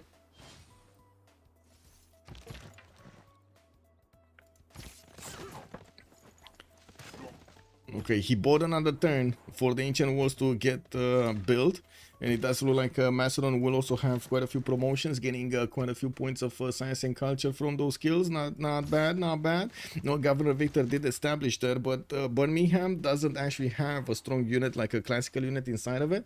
That doesn't allow him to do much more. I do have to point out Sambro, 47 science, 39 culture. He is 5 turns away from stirrups, 1 turn away from feudalism. I wouldn't be surprised if he's gonna try to go for men-at-arms over here, and getting 1 knight is gonna be incredible for his city strength and for his ability to withstand more damage. We're gonna need to see if he's gonna manage to chew through the Macedonian army that is being sent against him. More are coming, by the way. Even what? Oh my god, he's actually doing warrior monks. What is this memeing? Macedon, warrior monks, and crusade. He actually is gonna try to crusade his opponent here. Oh my god, man. This is beautiful from Suvorov. This is beautiful. I like Initiation Knights as a pantheon. He's getting some faith from that. We got the God of the Forge England with Zen meditation and holy waters. He did go for the healing. We do have Mongolia, Jesuit education and stewardship with the God of Craftsman as a pantheon. Mongolia over here is well, gonna get a bit of faith. He's spreading it around. He's spreading his religion around in the other cities, and doesn't look like he actually has Grand Colombia to fight in the north anymore. Only few units watching other units, doesn't seem like anything's happening important. Uzetian did get to 2, 4, 6, 7 cities, chopping quite a few things with them, clearing out his land here, and also sending those horses toward the south. Looks like Bandar Brunei is wait a second, is he gonna lose a builder here? That's a 2-charge builder in the range of this warrior. Now AI says no. What am I gonna do with the builder without the ability to get it back home? Okay, that's another Hetari that's gonna get a promotion and heal back up. So frustrating when this happens, by the way, so frustrating. Yeah, the swordsman do need to move over there on the front line. And looking at the grey people here, Macedon is 8 points at 10, Mongolia is 6.9. We do have England on 0. He never built the encampment, he never did, because he built the holy site, and the holy site only gives him more heals, it doesn't actually give him more damage. How far is England off men-at-arms? He's not, if you can believe this, he's not actually going for men-at-arms. He's going stirrups over here. And I do notice Suvorov army got bored at waiting for the others to actually punch through Birmingham. They're gonna go around the mountain. This is basically the overflow. This is the overflow of the Macedonian army. They just stood there. They saw they cannot get in to actually do some damage, and they were like, come on bro, this part is not cool. Let's go Leeds. Let's go party into Leeds here. And it looks like we do have Suvorov getting another general deployed there. His warrior monks are coming in for a taste of action here, and we do have them with 45 strength. Not bad, not bad. 54 against the swordsman, 53. Not bad at all. All triangle, good evening sir, and welcome. Baratrumko, also he can take a later card for theology. Yes, maybe they can goal buy a knight. How much is it?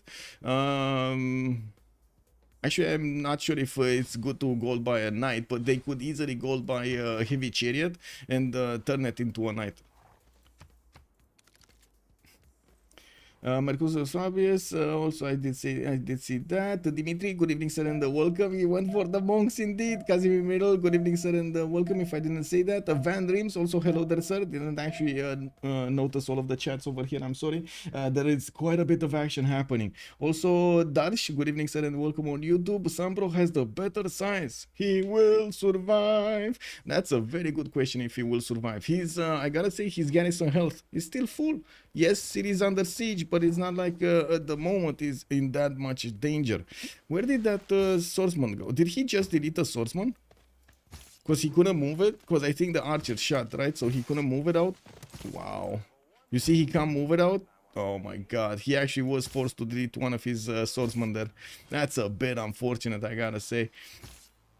Anyway, knights coming in from the north. Historia is gonna try to help him out. The knights will do significant damage against the Macedonian units, even without a general. And I'm pretty sure Uzetian is gonna try to plug in a spy over here in the Macedonian lands. Now we do have leads also needing to get units out. I do see heavy chariots being built, and of course having a quadrine fleet and a galley in that city center. Look how much damage this unit is doing. Quadrine fleet getting that damage going very nicely. Who has the knights? Who has the knights? Do, do, do, do, do. Yeah, he does have the knights. He does have the knights.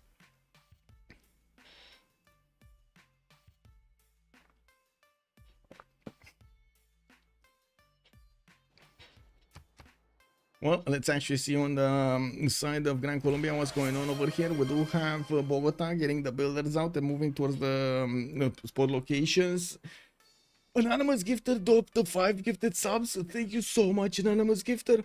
Much appreciated, sir, for the support. Thank you, thank you. We got Fluke 34th, Andorius, May West. We got Anakim 17, Robloxian Plays 1. Welcome, sirs, to the stream. And thank you so much, Anonymous Gifter. Yeah, we do have to take a look also if Liege is gonna get his K-Shakes. Looks like in the tech side, he's 2 turns away from stirrups, 3 turns divine right. We do have also the Beasley dropping 100 biddies. Thank you, sir. Much appreciated. Van sprinting for Macedon already. Yeah, I mean, you know, he's getting, he clicked on it, and now with the extra science that he's getting from taking out units, and he did manage to take quite a few of them down, he's managing to do this quite nicely. Now we do have Sambro also.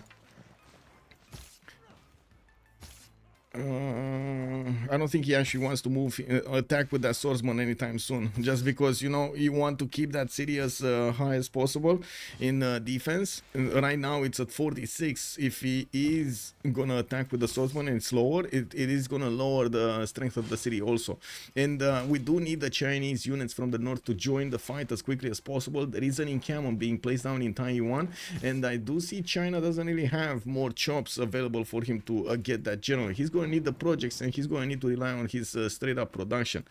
Stirrups has finished on Liege, so we will probably see some K-Checks being queued up here. I do see, since we are 7 turns away, we're definitely going to need to take a look if they do manage to get their era score going for the second era. I do see campuses coming from Egypt. He's placing those cities, well, in the spots that we did see earlier. 1, 2, 3, 4, 5, 6, 7. This non-freshwater city I didn't actually predict. I was thinking he's gonna get one over here somewhere to benefit from the freshwater, or maybe even here on the coal tile, because why not, you know? But I guess, you know, it's fine. That's a wine city, and I do have to say, well, he's gonna have a significant problem getting the food there, getting the housing there. I would imagine he's gonna want to chop something here, maybe like a granary, kick W, or the aqueduct. That would be quite nice. Aqueduct that like you mean it. Okay, Macedon moving through. Looks like Leeds still is gonna get a settler out. This might be a safety settler moving on the seas over here on the western side. And to be honest, if he just gets a settler on one of these one-tile islands, that should be fine for a while. Russia did finish Oracle. He did not finish Hanging Gardens. Looks like that wonder did get taken away from him, and I don't want to double check who did it. Who did get Hanging Gardens away from him? Not China, and not Is it here? No, there was no. Oh, it is here. It is on Scythia. Scythia actually managed to take away that wonder from Russia. Where, yeah, he did. Anyway, we do have him getting his libraries out. Look how many traders are through the water and how much difference it is in their economy. 112 gold a turn on Distoria. We do have 18 on Sambro, 83 on Expli, and 15 on Liege. On the other side, it does seem like 15, 4, 22, and 4 is definitely not going to be enough gold if they need to upgrade stuff. They're going to need to rely on pillages over here, and it does seem like Macedon is getting through the defenses of England in the south of London and to the east of Leeds, trying to get the ancient walls up. Has joined the round table.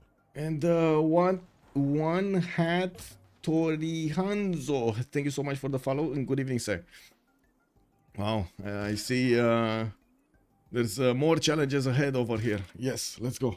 Knights coming in from the north. Distoria is going to manage to team up with England, and it does seem like, first of all, it's incredible. He held Macedon.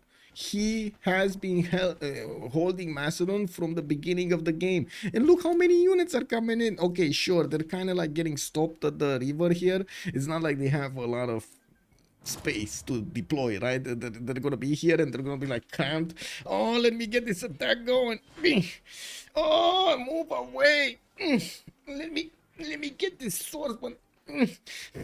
You know, like it's so cramped over there. Have you been to a football game when you actually just like you getting in and you can't breathe? Oh my god, this was like very bad experience from when I was young. My father took me to a football game and I was like going in with the gallery and stuff like that, and man, you couldn't move. I was like a little child over there. I couldn't move anything. Anyway, Project Cisco, welcome sir, good evening sir, and welcome. The final EK video just hit YouTube. It's good to see. Whoa, really? They actually that's it, they closed down the company, EK? Whoa, I gotta mention, actually, Project Cisco was saying the best coolers are from EK like a year ago. Just say, man, just say. Andiro, bonsoir monsieur, bienvenue. I would recommend nobody. Okay, I mean, I don't know the story over there, but I know a few details. You shared a few details. I don't know about exactly what happened there. Okay, walls going up in Leeds here. It looks like England is deploying a few of his swordsmen there. He does need to take away this Heteroi from his campus spot, and I'm pretty sure he needs to get a lot more something. A lot more of everything, actually. Not a lot more of everything. Like the units of Macedon are basically on every tile, coming in through this road in the pathway built by the engineer with the siege tower. Ooh, the warrior monk is gonna want to get in there, get in on the action. Oh well, let's see Era score. Very close. We're very close. 5 turns away. Liege is getting his golden age. Not getting Kishaks yet. He's getting one, and he's building in Xanadu his intelligence agency. 2 of them, actually. I see two of these Kishaks, while he's completing his encampments with his Ordus. We do have Expli, 54 out of 57. 3 points out from getting a golden age. Expli is... okay, getting the culture from Kumasi. Where is he? 73, 72. That's pretty good. And we do have him construction and military. Okay, he's not getting a point from that. 10 pop city in Pokrovka. That's gonna be a point. So slowly he's definitely gonna bank on this. I'm not. Did he get monarchy? He already got monarchy. Is this a second continent? It's not. And maybe he's gonna choose a city state or something, like piece it out something. He can definitely get the 3 points in the turns he has. Sambro 58, 59 just needs 1 more point, and well, at the moment he's getting pressured so much over here. We do need to see if he's gonna manage to withstand this attack. With Sambro also getting the knight technology, he's able to counter attack into his opponent. He really needs to put a 90 Buckingham. Really needs to. Like, this is a must to put that extra strength in there to hold the horde of Macedon at bay. We do have also Distoria managing to get his golden age, and one knight from the north. He definitely needs more, but I guess they put every little bit of resource on England here. Maybe a quadrine fleet, take out the Hetari. Yeah, there we go. There we go. Just getting those through there. Leeds did get the walls up, so now these Hetaris are just like, you know, watching. The spectators to take a look at what's going on there. I think Macedon just found the weakness. China doesn't have that many units, and we might actually have Suvorov sending all of the horde next to that leg through the city of Beijing, through that choke point between the mountains and Beijing, and take down Taiwan. Let's actually see if China is going to manage to get his crouching tigers over here. He does benefit, right? Wu Zetian does benefit from crouching tigers. I believe they're China unit, right? They're China unit. Yeah, they are China unit, and Wu Zetian has them. Bezdomi 45-45. That's a normal age for him. That is a problem. 4 turns to go. We do have to see if Bezdomi is going to manage to get going. He's first of all getting a lot of these spearmen to upgrade into pikemen. He's going to need to defend himself against those K-Shakes, and the pikemen are usually the best unit to do so. Of course, pike shots would be better. Now we do need to see him also getting intelligence agency, or at least try to get spy out, so he can stop Mongolia from getting too many points of damage against them. He needs to somehow counter that. We do also have Suvorov 57-54. That's him getting his golden age. Suvorov's sim doesn't look like much of a sim here. He's just getting units, and I mean, I can't blame him. With so much pressure, he needed to keep up the pressure on Suvorov, right? Kazandar completed his golden age 58-58. We do have him with Mont Saint Michel coming up from Akhenaten for that extra culture on his floodplains, and since he has so many, this is going to be good return on investment. We do have markets, we do have more commercials, and of course he's trying to get the goal for his teammates, but you do see him only on 28. They don't have coastal trade routes between themselves, and this is hurting them so much right now. There is also a wild horse, by the way, from Xpli that's gonna meet that Egyptian slinger on the battlefield there. Whoa. And do you see Wu Zetian, by the way? Do you see Wu Zetian getting 88 science and 64 culture? Bunningham has been taken down by the warriors of Macedon here, by the warrior monks of Macedon. Got taken back by Sambro, and it does seem like more Macedonian Hetarites are appearing next to that border. We do need to see with the knight inside if this is gonna go the same way. It looks like another unit has been taken down here. And in the south, there's a raging battle for the tile of the Gavron Plaza. That Gavron Plaza holds the Warlord's throne, which is extremely important for the production of England here. And of course, his gold maintenance. Well, I would say gold maintenance, they have so much gold. They could just like put gold units on the battlefield right now. That's how much gold they have. So much. It's dropping everywhere. It's like raining gold. Hallelujah. Anyway, now we do have Kazandar here. No, Roy. Did he get his golden? 79-61. He did. Theater squares coming up from Astrakhan. I do see intelligence agency in St. Petersburg. He did finish Mahabori Temple, and it looks like he's gonna try to get to nail the Diplo points. We're going to see if he's gonna manage to also roll the World Congress. Let's see. What was I wanted to check? His religion. Eastern Orthodoxy, he got lay ministry and cathedral, extra faith for each holy site, extra culture for each theater square, while cathedral is going to give him 1 slot for any great work, for a great work of any type, which is going to be very important, and the +3 faith, because you know it needed something. Nothing here, nothing new here, nothing new here. Protestantism on Mongolia, we did see this. Stewardship with Jesuit education there, because why not, you know, squeezing out a few more points from his cities. Only 2 K-Shakes appeared on the battlefield here. He is queuing up more, and I do see the first spy is in Xanadu. Doesn't seem like he has a promotion though. Wait a second, he got intelligence agency without Victor in the city, so he didn't get the Victor 3rd, so he didn't get the extra promotion on the spy.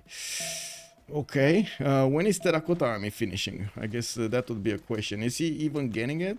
Because right now I do see him very concentrated doing the damage against Gran Colombia, but I mean Gran Colombia here. Oh wait, they don't have the gold, right? Gran Colombia has so many units, but where gold to upgrade? Where the gold? He has like 1, 2, 3, 4, 5 of these archers, 6 archers that are just waiting for their gold to get the crossbowman tech. Okay, Birmingham is still under siege. We do have England managing to do some damage here. China coming in with coursers, moving his archers on the battlefield. I'm pretty sure Crouching Tiger technology is coming up next turn. Machinery from Distoria is going to be revealed. XP is also going to get his castles, but I guess it doesn't matter because it's not like he's in a war mode here. He just has this horse standing behind the forest and keeping the slinger at bay, even though, I mean, I don't think the slinger is actually life-threatening there, is it? I don't think it is. He is sending a few more horses, and with castles, he's going to get to upgrade them in the borders of Kumasi to coursers. Oh my god.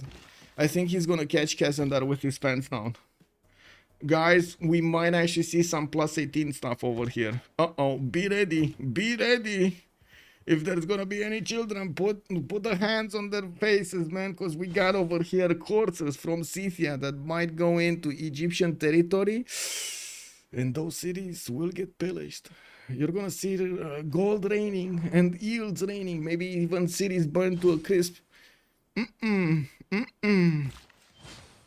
Anyway, Simon building pikes.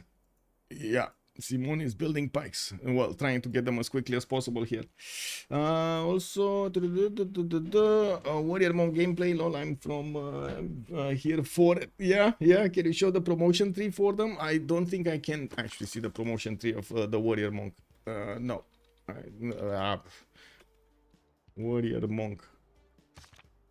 Yeah, it doesn't show me easily over here. Do we have, like, if you have a link, I would definitely share it. An easy link, because I don't want to start searching through Google and stuff like that. Battle Cruiser, good evening, sir, and welcome. Slozhnii Memas drinking pivas. What is pivas? That's a drink, right? That's actually a drink. I don't know exactly what it is. So we do see the trades being done over here. The beer, oh, I see. It's a beer. I see. Okay. So this is happening. Mongolia doesn't have that many strong units to actually put in front of the K-Shakes, and it does seem like any unit he's trying to trade with Gran Colombia. Gran Colombia is successfully training it. We do have Sambro in putting a few more knights on the battlefield, and now the Hetaris have a major problem attacking into them. We do need to see Sambro also managing to finish the problems in the south, starting to get his crossbows out. This will help. The crossbows will do quite a bit of damage, but he needs to keep them safe in the city center. It will also help the cities with walls do more damage against Macedon.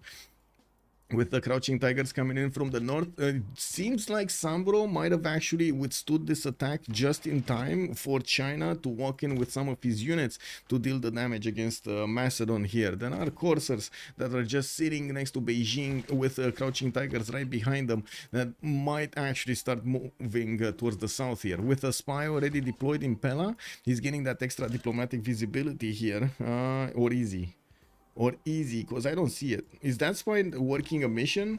No, it's listening post. So I guess they equaled each other out. Oh, he doesn't have printing. Distoria doesn't have printing, no? And Macedon has printing. That's the difference. Anyway, the first one, 2 to 100 science, we do have Distoria and XP getting to 103, 104 respectively. Since there is one more turn until the era switch. We don't see them yet with a free inquiry, so I'm pretty sure Tomeris, if he goes free inquiry, this is gonna be quite strong on him. Distoria the same. We do have Sambro only on 33 science and 39 culture since his campuses got pillaged. Kublai Khan 5749 next to Bezdomi's 5642. It looks like they're kind of mirroring each other. I do have to point out Kublai definitely has a lot more production, 107 versus the Bezdomi's 68.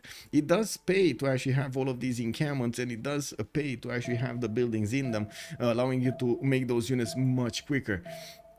Suvorov only 23 science and 31 culture. This is basically an all-in for him. He wants to do as much damage as he can, and we're going to need to see if he can follow up against China, who has been gathering so much strength in the meantime, so many stats. Not that much production though, only 120. Knights coming into the south. I would imagine walls are going to go up here in London, and we do have another Hetari being taken down. Birmingham is again taken out there, and yes, from the north, China's moving in, getting those Crouching Tigers in range of his opponents soon. Now we do have Kazandar also 53-53 with Colosseum 139 points of production. The major problem is this. It is this, and I gotta say, you see the military strength, 385 points of military strength on Tomidis. This should give Kazandar a big wake-up call. It should give Kazandar the idea that he is gonna get attacked. He needs to get an army. And the idea, and I gotta point out, usually you need to close the chokes. If you don't close the chokes, the army can just pass through, deploy, and of course take out what you have built.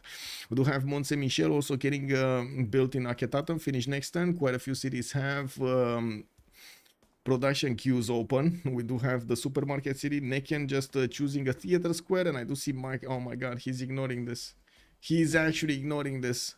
Because it takes time, right? It takes time to move these units here. That's the problem. If you don't get them right now, by the time these units will get here, your units are not going to be even trained. That's the problem. We do have these courses moving at least 2 tiles. On the hills, and they do not have a general with them, so at least at least not 3 tiles. They're only 5 movement. Didn't they see everything with Kumasi's vision? Well, Kumasi's Scythia. What do you mean? Go Tomidis, Suko Supreme. Good evening, sir, and welcome. Oh well, it is what it is. Hey, getting closer to that 50 likes. Okay, not that close, but we're inching closer to that magical 50 likes on YouTube. Thank you so much, sir. Thank you so much. I hope you keep enjoying the shows.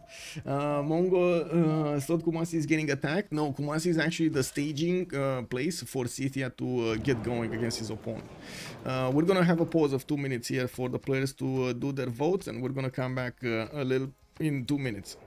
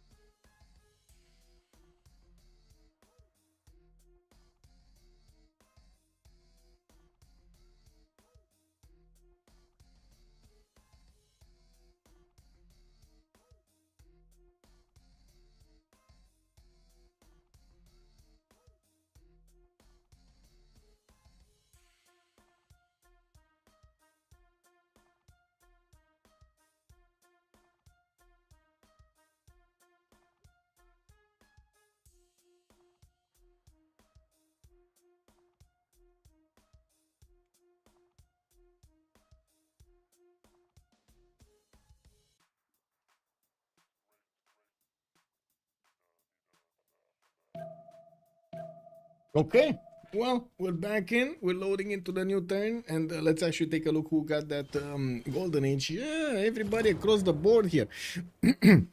We do have also the units of Scythia about to go through the choke point. Kazandar does. I think he did manage to get a whiff of a Corsair, but I don't think he knows how many are coming. He just can take a look at what's going on there. We have a pause here or something? What's going on? Oh, toilet emergency. Ooh. Ooh, Distoria got the shakes. Yeah, he got them. He got the toilet emergency. Also, Baratrumko was pointing out Terracotta is gonna finish next turn for Liege. Yes, yeah, that is true indeed. Unfortunately, his spies do not have the first level. When they came out, he didn't have Victor inside of that city center, unfortunately. So yeah, they're gonna need to do some missions to get to the level 2 that we're used to seeing. Yeah, we made it past 1050. Yay! Yay! Yes. I mean, yeah. We did have quite a few games this week. Well, two of them in a row that didn't get past like 10:30. Oh my god, we made it up past 10:50. Yeah, we did it. What should it be pointed out that it was exactly this story? I don't know. I don't know. Maybe he does this. How to say? He does this a lot of the times. I don't know.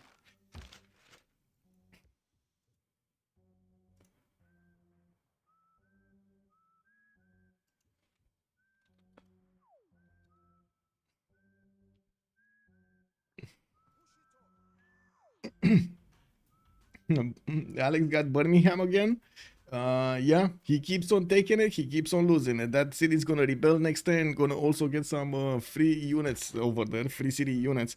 And I do notice Macedon is probably gonna lose a few more units here, especially with the Crouching Tigers coming up from the north. I'm pretty sure he will have a problem dealing with both armies here, especially since England does have in majority knights now.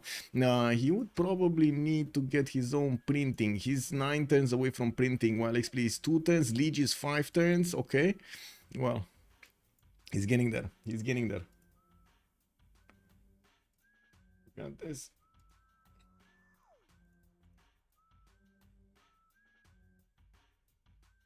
Also, yeah.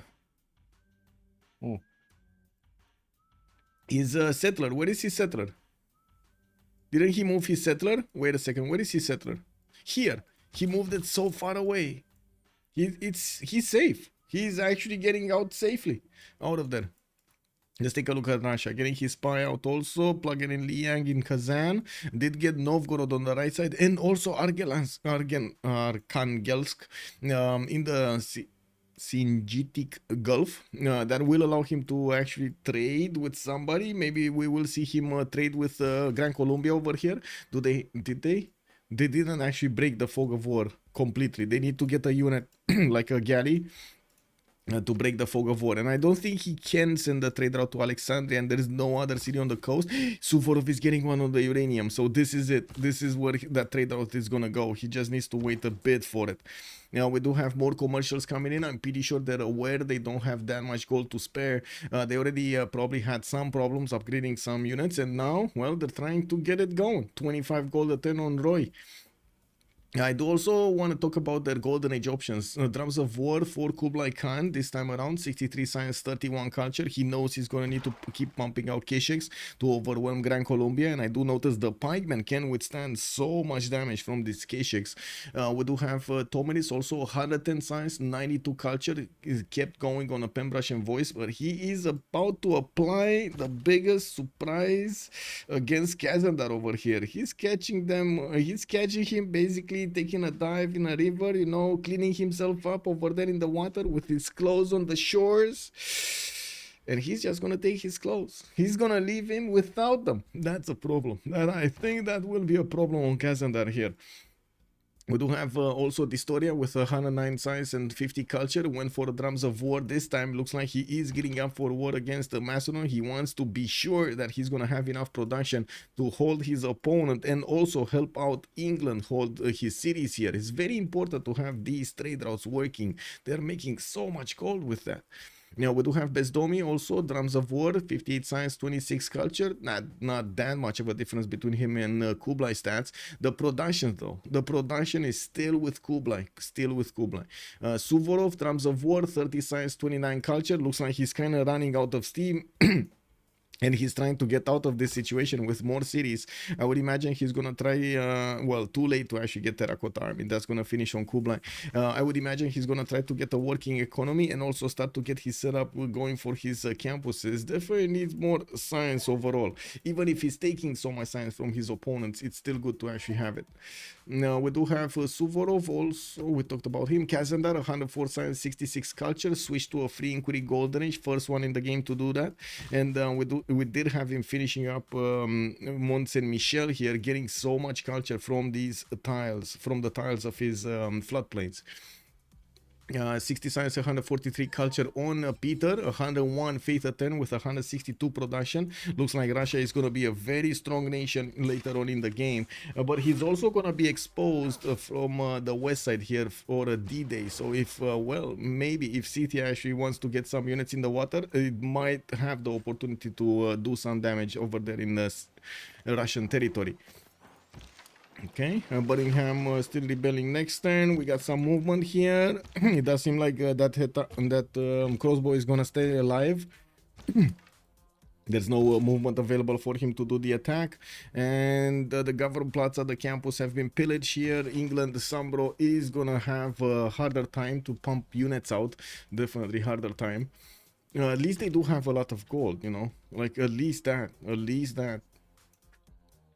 And from the north, since China is coming in with a line of strong units in the front line with crouching tigers right behind them, he's gonna manage to push back the Macedonian line of defense and maybe even catch them in a pincer movement, since Macedon doesn't have that many reinforcements coming on the way. So we would need to see at least like 4 or 5 more Hetaris moving from the cities of Macedon to the front line, so he can replace these ones. I also gotta say, Suvorov shouldn't be far away from getting stirrups if you didn't already. Oh, he did already get the stirrups. I just saw the upgrade button. And Mercenaries is next turn, so all of these will turn into or quite a few of these will want to turn into knights. What's happening? Is one of them yeah, oh, I see, they're missing one player. Egypt was AFK. Okay. Predictions, didn't I put the predictions? Wait a second, I didn't put the prediction. I did put the predictions. What do you mean? It's 70% for Ulyss and 30% for Slozhnii Memas right now. Russia going celestial navigation for ships. That's an interesting question. Russia's going wheel and reform church. I don't see. No, he's not going celestial navigation for ships. He's going for the harbor technology, so he can actually get the traders in the water. If you take a look at this little star here for celestial navigation, it says it allows traders to embark and allows the harvesting of fish and crabs. You need this if you want to get those coastal trade routes, juicy coastal trade routes going. And of course, you do need a destination also.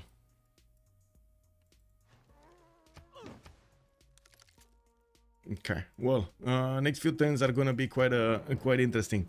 Uzetian will also get +4 gold to the sender, and the chosen player will receive a +1 trade route. We do have Tomanis, 20% population growth, and then Tomanis did also gain the Diplo. It was not Russia that got that promotion there. In the north, looks like Macedon is splitting up his army in two, sending a few units to meet the Chinese army on the battlefield here. In the Salad, the unit is north, while I do notice England definitely is shooting back, taking out more Hetaris. He is gonna start losing a few more units.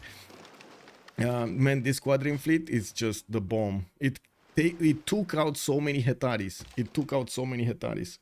Anyway, Buckingham also again rebelled. We do have a free city swordsman available for him to do some damage, and I'm pretty sure it's gonna disturb over here Macedon again. He's gonna need to spend attack moves to take down Birmingham and these units, and that eats away at his health so much.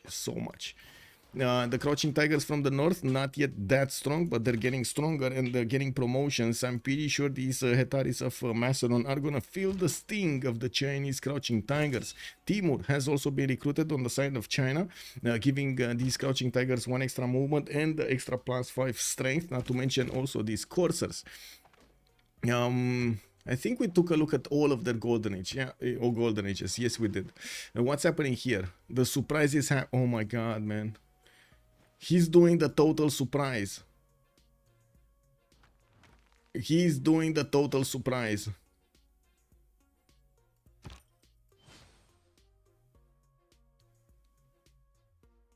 Oh my. How did they win all 3 options? Well, they won the first one with, how do you call it? Rejected outcome. This was tied. So this was a tiebreaker. This was tied. Man. What the? Man. Really? What's going on? Who's doing what? Somebody's just standing turn or something. Anyway. Oh, China coming in from the north took out 2 units, and it does seem like Macedon is on the retreat from the north. Birmingham hasn't been retaken, and England over here has kept Bristol, London, and the Leeds alive. It does seem like Birmingham might be liberated. Come on, let's see this. Can I click on this?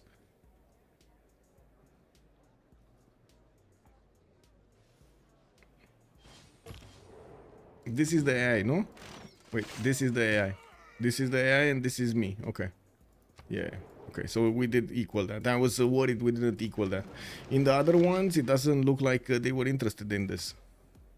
And in this, how much? So we tied that, and we did have 1, 2, 3, 4, 1, 1, 3. They didn't care. They didn't care at all. They just put 2 points into this. They cared about the first one and lost the first one. That's the problem. They focused everything on the trade routes and they lost that one. They really needed the gold. And I do see the strength of the Macedonian units is not that high right now. He does have promotions to get them back up to health, and we're going to need to see if he can withstand the power of the Chinese army from the north. Now, it does seem like the story is not moving them that much in front. He does want to actually get them moving all together, to have the crouching tigers available to start shooting left, right, and center. Now, I do also notice X-Please 126 size is gonna... Whoa! Ooh, he got it! You got it! I mean, yes, there is one knight. There is a possible knight coming out next turn, also from Kazandar, and taking a look at Akhenaten, he's putting heavy chariots in the build queues, but him not having those units ready in the choke points, like imagine, 2 knights, that's it, 2 knights, he only needed to do 2 knights, not much, not less, not more, that's it, 2 knights, 1 here and 1 here. And this would have been so safe. Maybe even 4 knights. I actually let's see 4 knights, because he would have closed all of the chokes with 4 knights. And he would have had vision over an incoming army. Instead, he used the slingers. And yes, I do have to say that a lot of the times when you're simming, you don't really want to spend time to get the units out and so on. You want to focus on the sim as much as possible. And he was probably getting pressure to get the gold, try to get the resources for his teammates, and also boost them in the tanks and in the victory. Now, this unfortunate kind of like greedy movement is leading up to this. The attack of Scythia on his own, the cities of Egypt, while Kazandar is with low HP units at the moment. Swanet is probably going to be put under siege. That is a non-freshwater city. And I do notice at the moment Egypt does need to upgrade a few more of these heavy chariots. China just got a promotion on his spy or something? What happened there? I think he did. I think he finished a mission in Akhenaten. While it does also seem like X-Plea is more interested in pillaging his opponent rather than doing anything else here, taking cities or stuff. Is this guy... What's happening with Kazandar? Does he not have like mercenary zone or something? He just got mercenary zone. He doesn't have resources, gold. Is that what's happening? Because they definitely don't have the gold. Yeah, that's the problem. They don't have the gold. So there's no possibility for Suvorov to upgrade all of these Setaris into knights. It costs him way too much. Way too much. This is incredible. And this is how important, this is how the economy actually affects the wars here. He had the tech, he had the timings, he didn't have the money. And the money made the difference. Is the Historia pushing or just defending? Pushing, but I gotta say how coordinated this push is. I do want to mention it. He's not actually chaotically moving the units. He's moving them slowly in a line, so he doesn't give that many options to the units of his opponent to deal damage against his own troops. And the Chinese crouching tigers from behind these knights and the swordsmen and the coursers, they're doing so much damage. He just needs to get them close enough in range, and bam, bam, bam, bam, bam, bam. You're gonna see them taking down units left, right, and center. I do have Russia also getting a few more builders, upgrading most of his territory. He did start off his trader, but it's going on land. It didn't connect on the seas. No. Did he not? Oh my God! Did he not breach the territory? Yeah, this is the problem. This is the problem. You see this tile over here? It does not allow the trader to actually move on the seas. Kick W, man. Suvorov needs to destroy Birmingham. He needs, yeah, he needed to do it a long time ago. That city doesn't really serve any purpose of maybe some stronger heals over there on the front line, but he already had so many promotions. It also, I think it ate a lot more of his unit strength than it actually gave him back bonuses.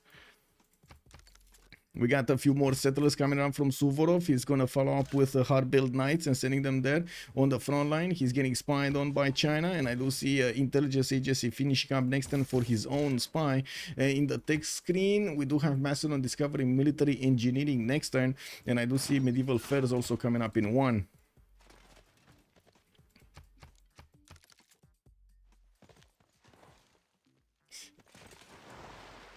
Kazana did the worst moves possible this turn with the defense on oh, well, I mean, he's getting the knights quickly at least, and by the looks of it, he did manage to keep Swenet alive, but that also was Expli's choice of not attacking right now in the city center. He just wants to go and keep on pillaging, replenish his health from the med packs. Remember, the farms when you do pillage do give you extra health back on these units. And with 2 full strength knights, a third one coming in next turn, he should have enough to start two-shotting these coursers. The knights are definitely stronger here in this case. He lost HP on 2 upgrading, while one was in the city center. Now you're talking about, yes, the 2 heavy chariots, and yes, I do have to agree, those should have been in either immediately upgraded or not put so close to the front line that they would have gotten hit. There is another thing. Maybe he did want his opponent to attack into them, so he actually buys himself a little bit of time.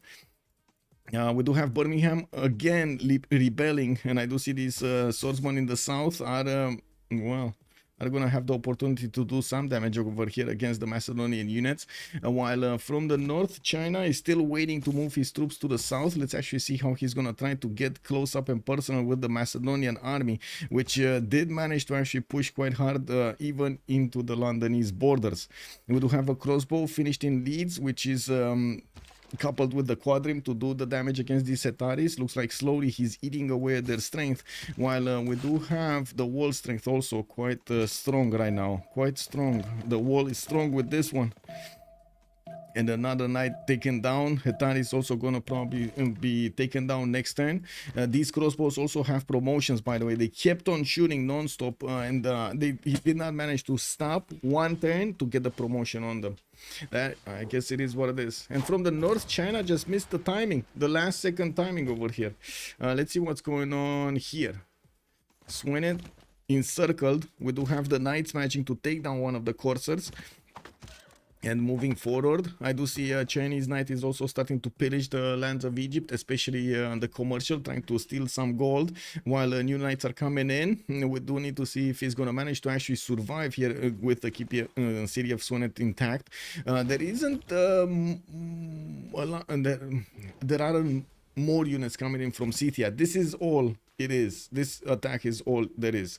We do have 1, 2, 3 pillages already, 5 pillages on the farm, and I'm pretty sure he's gonna get at least 2 more mines, 3 more mines. Yeah, 3 more mines. 1, 2, and then this one should move on the 2, 3 and get at least 1 more mine.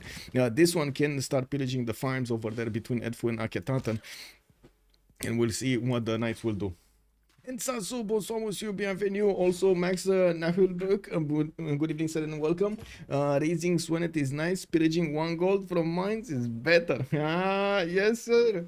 Kazakh also, good evening sir and welcome, привет.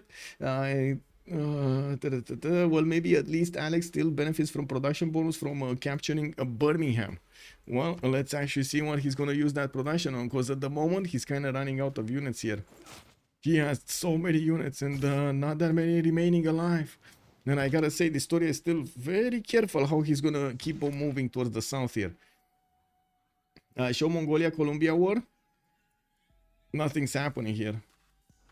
Like, really nothing's oh no. Another choke not defended. Another choke not defended. They're actually figuring out that Kazandar is not respecting the choke strategy here. Uh-oh. Yeah. Not respect. I mean, this is a problem, right? Not respecting the strategy. This horse is gonna die there.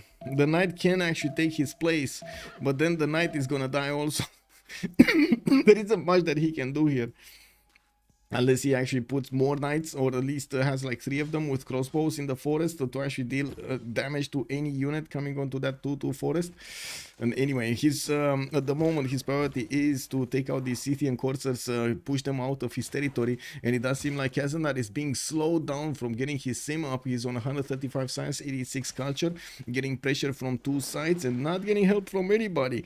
We do have Mongolia slowing down his attack against Gran Colombia to a crawl. While I do want to see what's going on here. Do we have more movement? No, not really. England still has some crossbows. Did get more, getting more knights.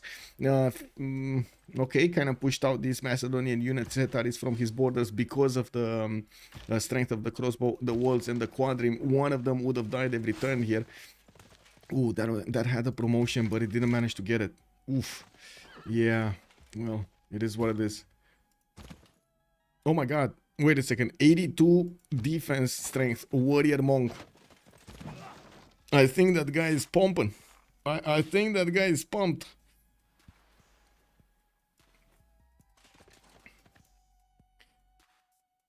We got the emotes coming in from Ensasu. There we go. There we go.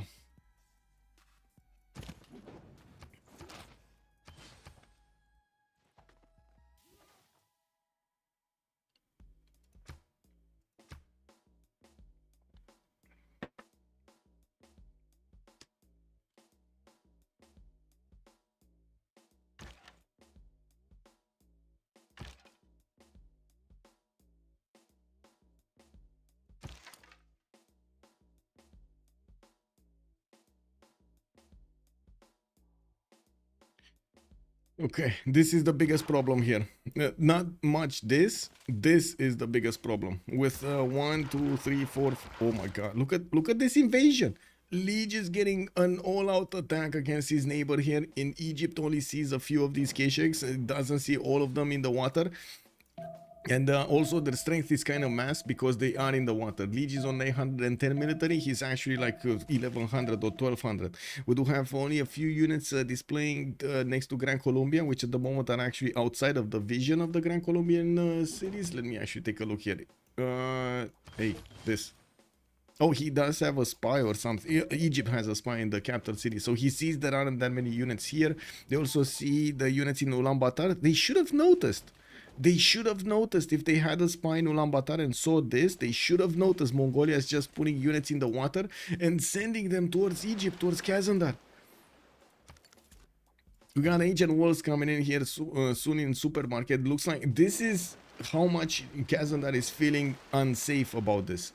He's trying to get walls in his capital city instead of making more units to help him fend off the attack. This is, by the way, this is basically like accepting defeat. If you start making walls this early, this is basically like accepting defeat.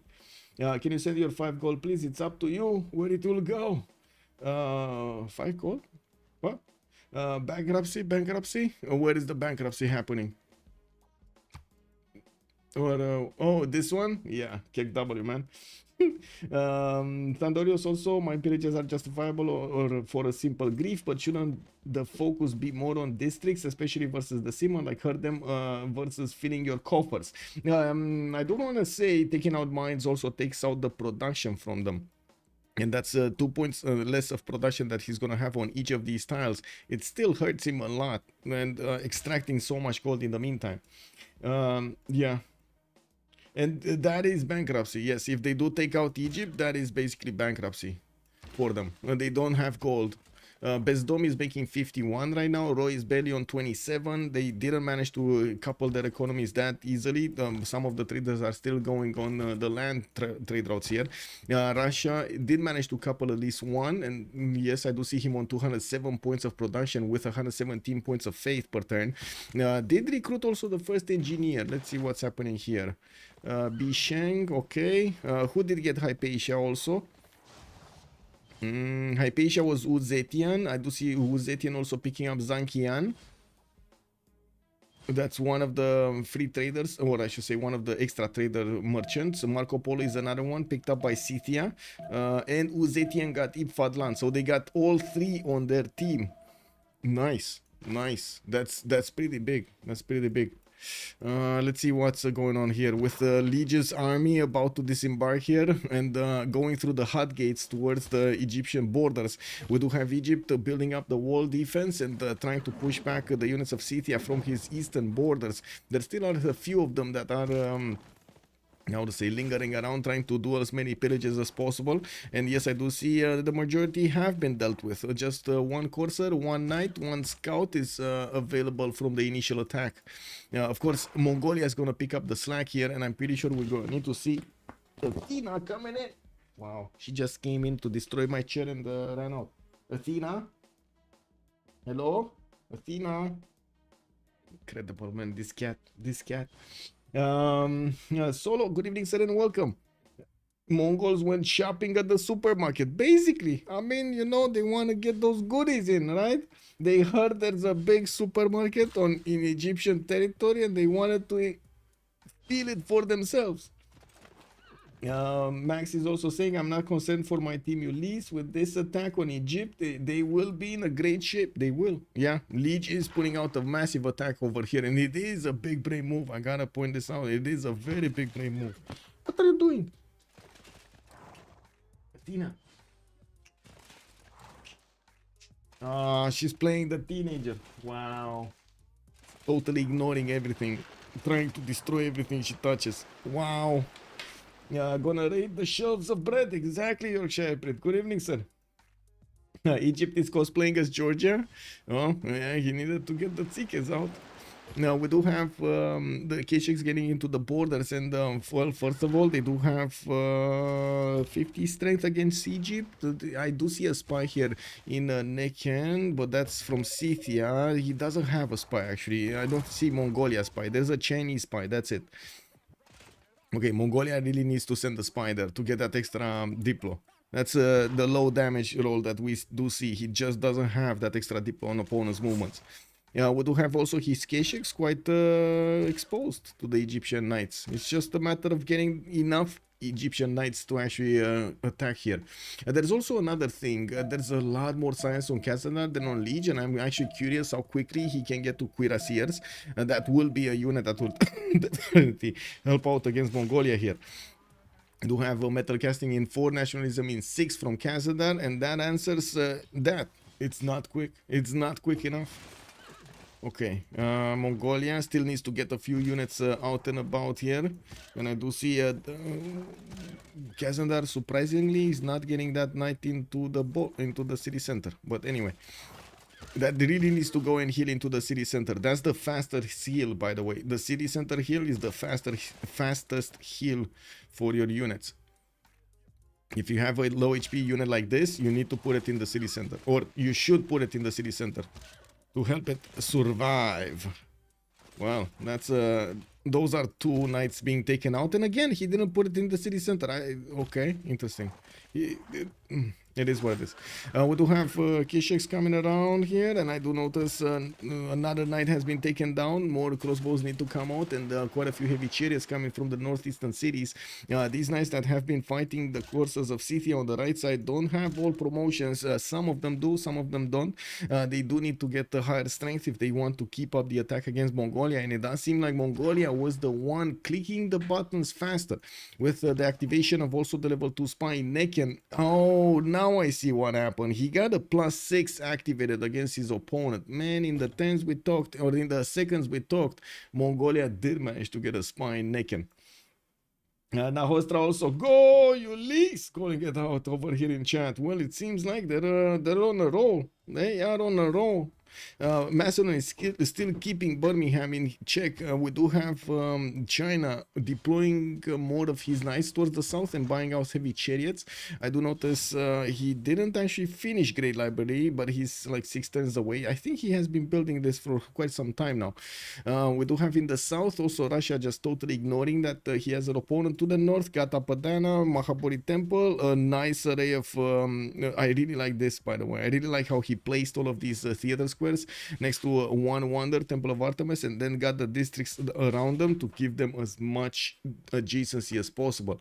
Roy is 258 points of culture with 114 science, and we do have him with 3 out of 44 tourist points. He is right now on 147 tourism. This is very quick. Expley is the one defending with 131 culture, and I do want to double check this. Culture. We got Expley on 43. Yes, 43 domestic. So he is the one defending this. I think we need to watch here, right? Okay, that's a first Keshek taken out. That's a sacrificial crossbow, by the way. That crossbow is just gonna get one shot by the Kesheks. Cores are being taken out. More heavy chariots needing to move on to the front line. Now these Kesheks will need to move across, and they're slowly doing that. Yeah, one shot. Easy peasy. Getting that culture through. Mongolia very happy. Mongol very happy. But this science on Tomeris will mean tanks very quickly. Military tactics coming out next turn. We do need to see if he's going to start up on his encampment setup. I don't see it yet. We do have universities. We do have Kilva getting built. He's getting campus research projects, probably working for Newton. Yeah, there we go. Newton coming in soon. Gran Colombia is there close. Russia is also close. But then we do have Scythia trying to get the projects out. He needs quite a few of them. He needs like probably 3-4 projects. Where is he? He's on 54 points. He needs like 4 projects or 3 at this point. Anyway, 3-4 projects. Trying to nail exactly how many points are there. Whoa. Okay, what do we have here? Walls not doing much against Mongolia. I guess they weren't doing much before the crossbows, but now they might actually be doing something. And Mongolia, well, these units of Gran Colombia are actually starting to push a little bit into the defenses of Mongolia. And I do notice he doesn't have the goal to upgrade them, but he is trying to hard build quite a few of them, getting a spy of his own, another spy of his own to actually bump into Lige's army here. These swordsmen are very strong when defending against pikemen, not so strong if crossbows are coming to fight. And the question is, how is Bezdomi gonna save this crossbow? Because he doesn't have the option to go into the water. That's a dead level 2 crossbow. That's quite unfortunate. That is quite unfortunate. These are very rare, by the way, and extremely strong, the level 2 crossbows. They're jewels. Crown jewels. Whoa. The Historia has trained the first musketman. Okay, that's a strong unit. It looks like England survived, getting sea dogs out. Beautiful. Okay, what's happening here? Okay, another Keshek being taken out. We do have Mongolia putting the Kesheks in the water. Egypt is also using crossbows in the city center, so he can deal the damage. The second he exposes them, they're dead, right? The level 2 Kesheks just pew pew and one shot them. It's not fun. Not fun.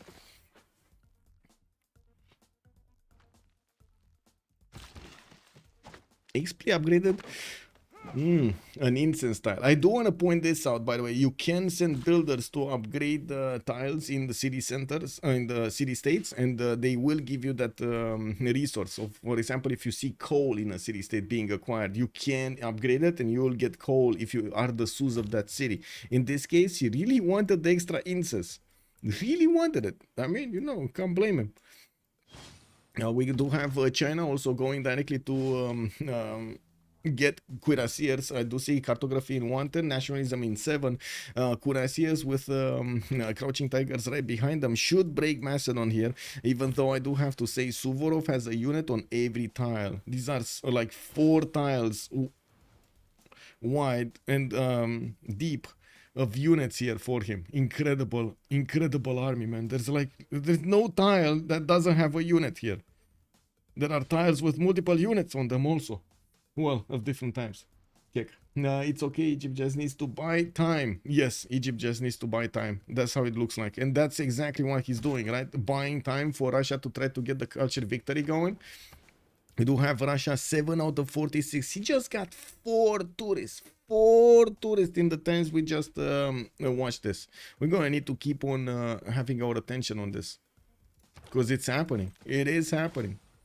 Quite a few crossbows, more heavy chariots coming up from Egypt. Still did not close the chokes to the right side and did not repair his cities. You do see how much Akhenaten actually suffers because of this. Down to 22.6 production. He didn't manage to get his industrial setup going, and of course that hurts him quite a bit. He was about to do that when he was when he got attacked. And I gotta say, Abydos is in quite a bit of trouble here. These K-Shakes can chew through the wall defense very quickly. There are 3 of them, and Egypt does have a few units counter-attacking. We're gonna need to see if they're gonna be efficient enough. Because these K-Shakes, man, are very strong. Oh, encampment finish from the city of Supermarket. Another K-Shake being taken down. We need this knight to also get into the borders there of Abydos. Beef it up in the garrison. Birmingham got taken back. Okay. So Macedon had the boost for taking... Wow. Kick. Macedon had the boost of 20% production in all cities for 10 turns upon a city conquest. So he's getting every time this city, man. He's getting every time this city getting 20% production, but look at that. Where are his stats? Where are his stats? 53 science, 64 culture. He managed to put down 2, 4, 6, 8 cities. Doesn't seem like it's working out that nicely, but he does manage to get the production going. We have him on 227 points of production, with also 166 points of food. And yes, I do see China is spying on him with a level 2. Now that is not activated, so we don't see the extra intel from that spy. We do need to see if Suvorov is going to be on his way to getting an economy for his teammates. Because right now, do you see the economy on Ulyss? We got like, what, 5 times the economy? No, like 4 times. 4 times the economy of their opponents here. 63 gold on Liege, 361 on XP, Sambro is 86, and then the Historia's 246 also.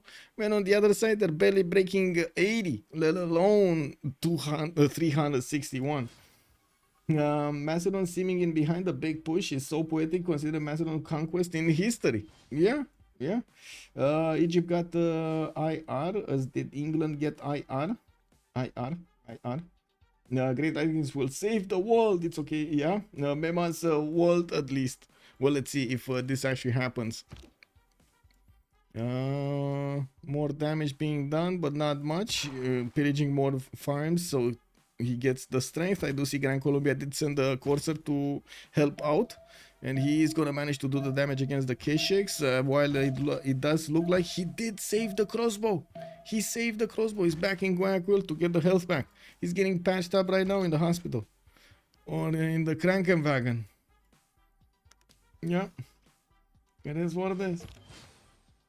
Okay, new crossbows also coming in to help out against Mongolia. Does seem like without new units to reinforce these, Mongolia is gonna probably lose them easy, but not before he got quite a few mine pillages, extracting the gold of his team, of his opponent here. We do have also China still not moving. He got nationalism, he's not moving. We got China here getting squared in. Looks like that's gonna be his next up strategy. He's gonna go for industrialization here. He does have 215 points of production, and oh, he did have cuirassier technology. Okay, I didn't see the upgrade buttons. So these field cannons with the cuirassiers are definitely gonna do more than enough damage to take down the Macedonian armies. Not the warrior monks. Check this out. The warrior monks can actually withstand the damage. Yes, cuirassiers are lower than warrior monks, guys. 79 defense strength on this warrior monk. I think he needs a gummy bear. Yes, he needs a gummy bear. I'm putting the gummy bear here. Okay, guys. Gummy bear is online.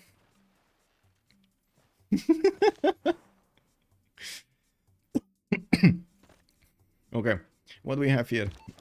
East side, CTL is not moving anything, getting his industrial zones up, and let's actually take a look over here on the production. XP is on 323 points of production, biggest production in the lobby here, while on his team he does have Distoria next to him with 215. On the other side it's going to be Roy with 236 on Russia, while on Roy's side I do see Imhotep and James of St. George in the city of Tver. Looks like he is gonna managed to get another wonder with that engineer with Imhotep. I did not see mausoleum anywhere, so I don't think he actually built it. No, I don't think anybody built it actually. Is it here somewhere?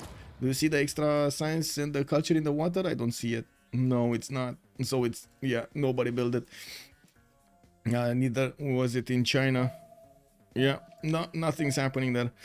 We do need to see also when China is going to start moving towards Macedon, while we do need to check where Macedon is on the tech tree. Military science coming up in 6 for the Cavs, and of course the Macedonian Hetaris are heavy chariots, so heavy calves, so they're not gonna get the upgrade into calves.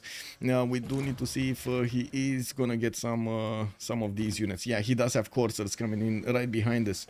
Okay, so another attack over there. Let's see, Suvorov 234. Man, he's getting so much out of Birmingham. So much out of Birmingham. Not every 3 turns though. It is what it is. He kept on taking this. Can Scythia send tanks to Russia or too far? Scythia can send tanks to Russia. Yes, he can send tanks to Russia. Right now, Sambro is putting a few units in the water to see the coast of Russia. But Scythia can definitely send units through the water to disembark in Russia's territory. If he's getting there close enough. Because in the culture, we have 8 out of 51 for Roy, for Russia. And we do have him on 179 tourism. I think actually this is a bit late. Dmitry Kantemir is gonna get there also soon. Is definitely gonna get recruited. Okay, China calling up his cuirassiers. This should be stronger than the warrior. And finally, they're stronger than the warrior monks. Does he have a general though? Timur, not good general. This is a medieval renaissance. We need to see if he's gonna get a good one. Let's see. Industrial modern, Jose de San Martin, China on 10 points. He needs 535. That's not gonna happen anytime soon. Scythia did manage to pick up Isodor of Miletus. Also did manage to get Zenhi for a free trader unit, while Russia got that Imhotep. Okay, but no generals. John Dark was on Macedon actually. And how many points is Macedon making? He's on 14, Mongolia 15, Scythia on 4, England on 0, Egypt on 1, Russia on 0. Here, let's see. Egypt trying to play this safe, and I do notice he still has the crossbows coming in from the northeastern cities. With the arrival of the one Grand Colombian Corsair, it looks like he's putting a bit of fear in the Mongolian attack here. And they're pulling back. While I do see Grand Colombia hasn't actually been pushing his opponent here. We don't see the upgrades on the crossbows or something stronger to help him push, and yes, he didn't have the opportunity. This is terrible land to push through, by the way, I gotta say. Like Mongolia Liege did put his units exactly where he should have put them, so he doesn't allow his opponent to get multiple shots on these from range. But this is happening. We do have Bezdomi getting into the lands of Mongolia with his coursers, and it does seem like he's making way for quite a few of them with a Commandante General. He's going for the pillages, and he will encounter some more Mongolian units on the battlefield. It looks like the spy is not activated, so he's not. Mongolia is not getting that extra visibility. This is causing him quite a bit of a problem here. The lack of strength on his units. Okay, 2 more units have been taken down. Looks like Egypt is managing to clean up nicely. He just needs to repair so much right now, and he's quite low. Roy 10 out of 55. It does seem like also XP is managing to increase his culture defense. Slowly. What's happening here? Okay, now the push has started. China pushing in with cuirassier corps, 2 of them, 3 of them, soon to be 4 of them. Also field cannon corps, which are able to two-shot the warrior monks from afar. It does seem like the Hetaris are gonna get it. They're gonna get it. And Sambro finally might get to a feast in the city of Birmingham's halls again. Erect Bacon, good evening, sir. What's going on in the New English City? New English City. This one? Liverpool? This is just a city for debates, basically. He got a Diplo quarter, he got the Royal Navy dockyard. This is a city for debates, no? Safety settle. Or are you talking about a new one? Yeah, Birmingham is Alex Factory, yes. Gold advantage is huge. They need to use it somehow. Maxnack is pointing this out. Good evening, sir. Yes, you are correct. They need to somehow leverage this advantage they have. And that advantage can turn into units, right? All of that extra gold. Look at the 584 gold a turn here for Expley. This is insane. I can't believe the gummy bear is still here, by the way. The gummy bear is watching. You see the gummy bear is watching you? Yep. It is what it is.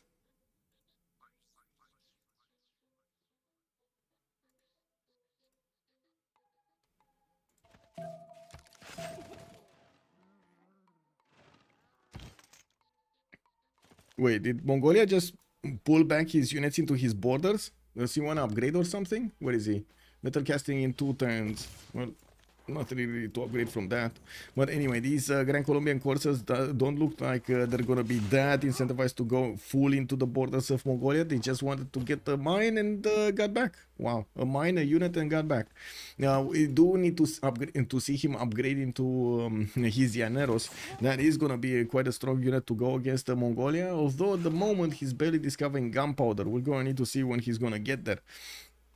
We do have also Egypt successfully pushing back all of the Mongolian troops from his lands and getting builders to repair his territory. He's still hurting 160 science, 87 culture in Expley's territory. This is what we wanted to see, right? Industrialization, then right after encampments being placed down from his cities. This is gonna allow him to get the infrastructure going for the later game pushes. And I do see Mausoleum at Halicarnassus is also gonna finish in Kuloba. We do have Expley here with 408 points of production, while Russia is on 235. Suvorov, with all of the bonuses of getting out from Birmingham, he's on 238. Nobody else is coming even close to Expley in the game. Suvorov, let's see, sorry, Roy. Let's see, Roy. Can he get this going? Can he get this going? Can he get the culture victory? That's the main question. Getting more science, 187 science, 295 culture. This is massive. Tomidis is in a pen brush and voice and will retain that 295 science. Looking at the science city states, Distoria holds Geneva and Roy holds Fez, so it's 1-1. Each team has a city state like this, and Auckland has not been seized. Wait, they did actually not discover the city? No, they did. Somebody did. Okay. Both did. Okay, nobody wanted Auckland bonuses. It is what it is. Rapa Nui is being held by Suvorov, Hong Kong Kazandar, Expley on Venice. We got Kazandar on Brussels also, Expley on Kumasi and Bandar Brunei, while I do see Fez on Roy and Mogadishu, Sambro, being held by Sambro. 2, 4, 6 cities. We have the Mongolian troops having a problem with the pikeman here. That pikeman can deal massive damage, especially if he's getting attacked, by the way.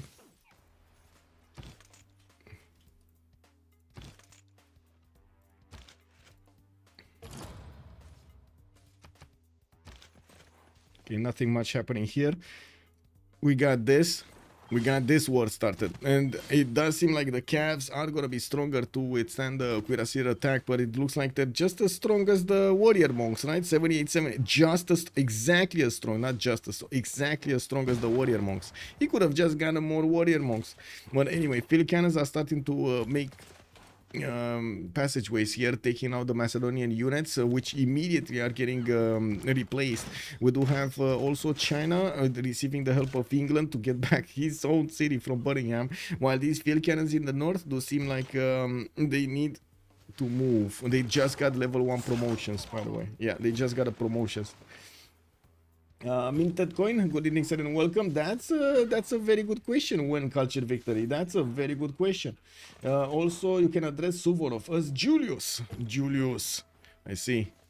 Mr. Julius over here with Macedon will need to tell us and show us how he's gonna withstand the Chinese attack. Man, oh man, these cuirassier corps are quite strong against him. I do see the internal opponent's movements has activated more spies coming in from China, while I didn't see a spy from Macedon being plugged in. Oh, there we go. It's not activated. Okay, so at least he's gonna tone down another +3 from China. He just needs to activate that spy. Okay, looks like Mongolia is gonna meet the cuirassiers of Egypt on the battlefield, and this is gonna probably go badly for Mongolia, for Liege. I'm pretty sure these units can handle the Keshik attack and also counter-attack quite nicely, even with the level 2 spy against them. That's just too much. Yanoras have been started to show up in Bezdomi's territory. 121 science, 37 culture. Bezdomi will need so much gold from his teammates, and they don't have the gold. Well, let's see era score, because we're very close. We're 3 turns away from the session, 2 turns away from the switch of the era. Dark Age Liege, Golden Age XP, he just needs 1 point. Dark Age Sambro, Dark Age Distoria. Bezdomi, Dark Age, Suvorov, Dark Age, Kazandar, Dark Age, and Roy might get a golden. He just needs 2 more points. How much is a Yanero upgrade from a Corsair? Hello? Well,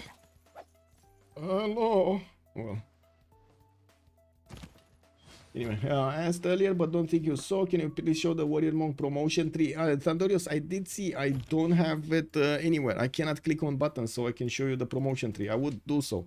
The only thing I can do is actually do exactly what you would do. Take a look at the Warrior Monk Civ6. Didn't they change some of the promotions in BBG, if I remember correctly?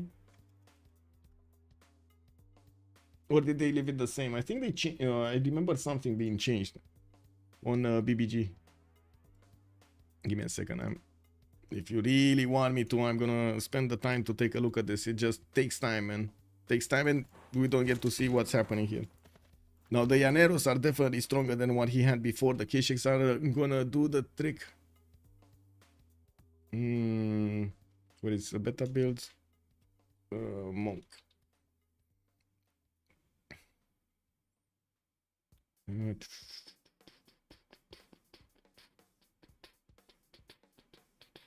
Warrior monks reduce their base strength by 3 to 28 from 31.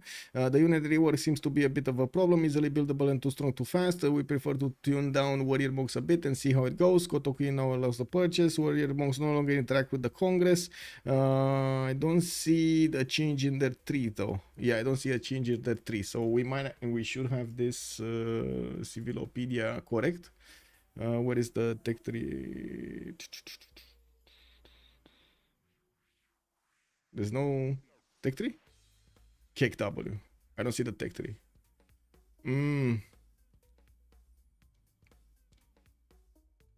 It doesn't show me the tech tree. I'm sorry. This is what it is.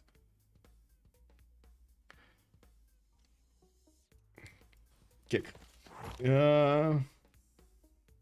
Who's defending the culture on Ulyss? Yeah, it's no problem, Thundorius. I'm sorry I cannot help you on this. Also, Rogi, hello there, sir, and welcome. Bex, bom dia, senor.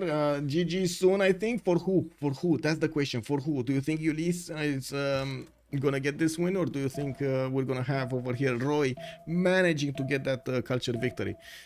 It does seem like the economy is slowing them down way too much here, but that might be just our impression. It's Reina 2, Kilva plus 2. Wait, what are you talking about? One more game when Reina won? Well, it wasn't only Reina, it was the international traders through the water, right? Plus the 2 Reinas. Yeah. Can you show Russian faith and tourism per turn? So Russia is on 134 faith a turn, and we do have him on 207 tourism a turn. While the defender XP is on 165 culture, and I do see him having so much production, 472 points of production. He's also gonna benefit from tall cities, so we're gonna need to see what he's gonna want to use that extra population point. The field cannons of China are slowly doing the damage against the Macedonian defenses around Birmingham, and I do see the cuirassier corps will need to start moving soon. While in the lands of Egypt, I don't think there's anything to do, right? Yeah, there's nothing to do. Egypt just managed to push back the Macedonian Keshek Corps, the level 3, into the water. While he's gonna try to get out of there. Ulyss is gonna need to pay attention now to the northwest, while Gran Colombia has multiple llaneros. No gold though to upgrade, and this is gonna allow Mongolia to get the defense going. He already has a defense going with the Knight Corps. Well, we did jump into the next era. Looks like a golden age on XP, reformed the coinage. A golden age on Roy, reformed the coinage. Now, with reform the coinage, Peter is getting a massive total 14 gold a turn. Okay, never mind. It's 89 now. It updated. Yes, Athena. Yes, computer bad. Yes. Athena was frowning at what's happening over there, meowing behind me. She was like, computer very bad. Computer bad.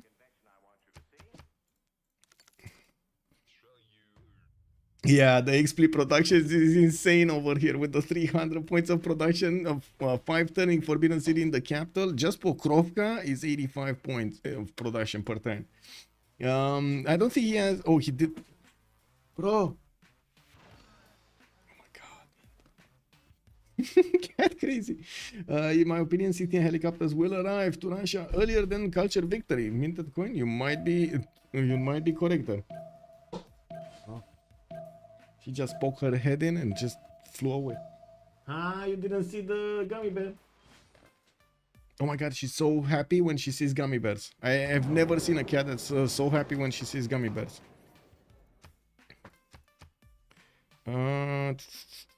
Formant arrest, get this. Okay, we got 2 minutes as a pause, and we're gonna need to see what the players will vote after this. Remember, in the Russia did manage to not win the first Congress with the Diplo. We're gonna see if they win now.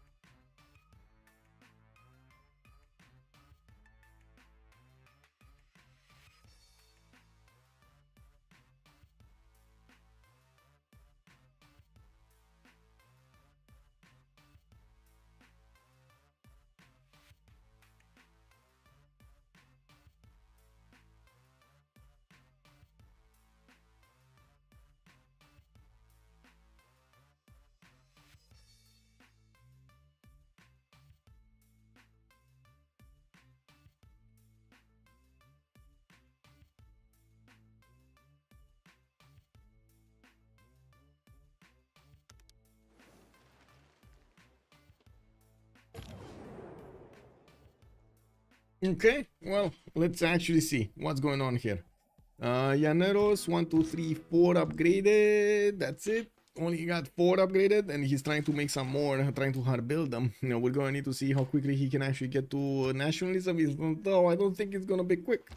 We do have Liege, Dark Age, Metal Casting, Mercantilism. He definitely can actually get the Dark Age card plus 6 intel on Grand Colombia's movements. Minted Coin, thank you so much for the follow. Segmus, good evening, sir. Welcome. Just joining. Any chance you can give a short game summary to catch up, please? Yes, sir. Let me actually do that really quickly because we're going to talk about the Congress right after. So, from the beginning of the game, Russia with Macedon coupled their forces together, but it was Macedon carrying the game here, carrying the attack against England.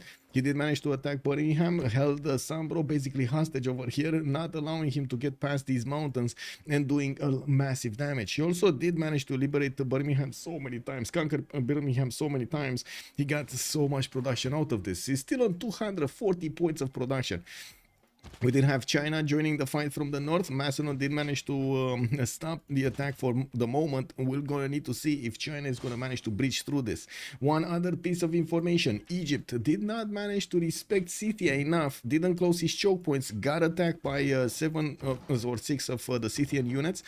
Coursers and knights did arrive in Swenet and pillage so many tiles. In the meantime, we did have also the fight of Mongolia against Gran Colombia in between the mountains at the choke points over here, and both of them got to a stalemate, and then Mongolia, so yeah, I have so many units, I need to use them somewhere, and what he did, put them in the water in the foul bay, got them through the hot gates over here, basically exactly like in the 300s, and managed to disembark them on Egyptian territory.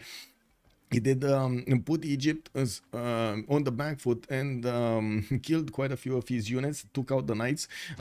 Fortunately for Kazandar, he did have enough production to get units and also get to the next technology, so he pushes back his opponent. So that attack stalled, but Mongolia did do the damage, did reap the benefits of all of those pillages. And right now, we are watching how Russia is trying to get a culture victory with 225 science, 269 culture. We do have him on 131 faith and 273 points of production. 191 tourism only is the problem. He's not acquiring that quickly the tourists he needs for the culture victory. He's not that far from actually getting his Dimitri Cantemir musician, which will allow him to get 3 music works. That is going to be massive on his cities. He has a Padana, he has his city centers. Those are 3 units, 3 slots that he can put them in. If I remember correctly, he also got cathedrals, so that's another one that he could get in. 1 slot for a great work of any type. Yeah. Dimitri Cantemir definitely big. Getting a few archaeologists to also get relics there, whatever they're called, you know what I mean. Artifacts. Took me a while to actually think of the name. Yeah, with much pleasure, Segmos, gladly. Also, Nahostra +1. Yeah. The helicopters of Scythia do seem to be much faster here. We'll see if he actually chooses that path. We do have XP here just keeps on simming, and I don't see a massive amount of industrial encampments yet. Only 2 of them that I can spot here. He did manage to get his military academies in there, so, or going to build them. Yeah, he's going to build them. China doing also the same, getting 1, 2, 3, 4 encampments for the late game production of units, finishing up military academies to get the corps directly or armies later on. And I do see this Storia is on 250 science. He shouldn't be that far away from getting tanks soon, still in 3, while Suvorov is barely discovering ballistics. We do have more encampments. We do have from Macedon. We do have him with more knights coming out. Every time he's getting units out, he's getting also faith and also a lot of science. So I'm pretty sure it's very good for him to just keep on pumping units. And the more production, the more science. The biggest problem between the 2 teams is the economy right now, let alone the stats and everything, like the production. It's the economy. If Slozhnii did actually have like 100 gold more per turn, they would have managed to upgrade this army of Gran Colombia and would have done so much damage to Mongolia. They couldn't at the correct moment in time, and that time has passed, and Mongolia is gonna have his own calves out. This is not gonna be easy at all. Even with the Llaneros, they can just watch each other. That's it. Neither of them can actually push into each other. Maybe Roy can high roll theme of artifacts. That's a lot of culture victory. True. St. Petersburg not gonna moksha. Not gonna moksha. St. Petersburg not moksha. No, he does not have moksha in there. Maybe he got taken out by a spy. Russia does have a counter spy mission here with a level 2, so maybe he caught the spy, but it was too late. He Moksha did get removed. Okay, what's happening here? We got Egypt. Okay, still repairing, by the way. Do you see how much it took him to actually repair his territory and manage to try to get back to 200 science, 88 culture? Wow, that was a long time. A long time. Yeah, Moksha definitely got taken out. I'm pretty sure he opened up with Moksha at the beginning. I'm pretty sure.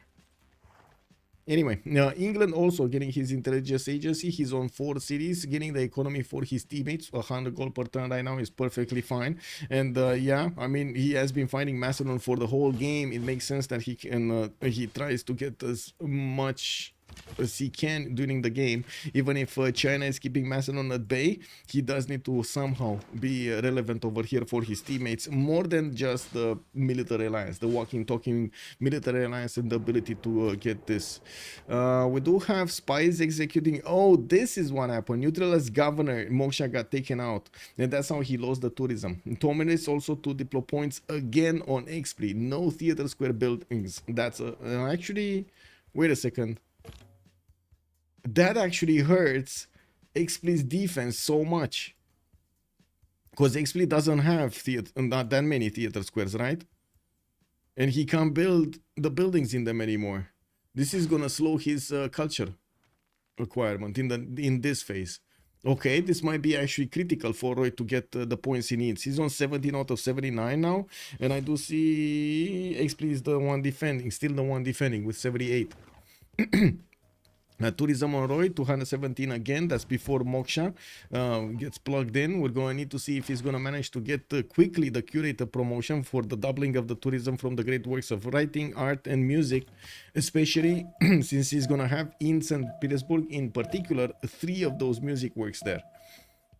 With so much culture, he's also going to discover the late part of the Civ6, giving him access to not only democracy and fascism, but also the space race satellite broadcast cards, the 200% tourism from great works of music, and not to mention environmentalism. Industrialization next turn, not that he actually has that many industrial zones, but he has a few of them. For example, this one, which I gotta say he could aqueduct, he just chose not to. He built neighborhoods actually around his cities, and we do know about the supermarket. Let me take a look over here. Wait, I don't see it here. Market, food market. Kick. Can only build once in a city, even if the city has multiple neighborhoods. +4 food, +2 food, and then you do get the shopping mall. +20 tourism from a shopping mall. Bam bam. Amenities, amenities, amenities.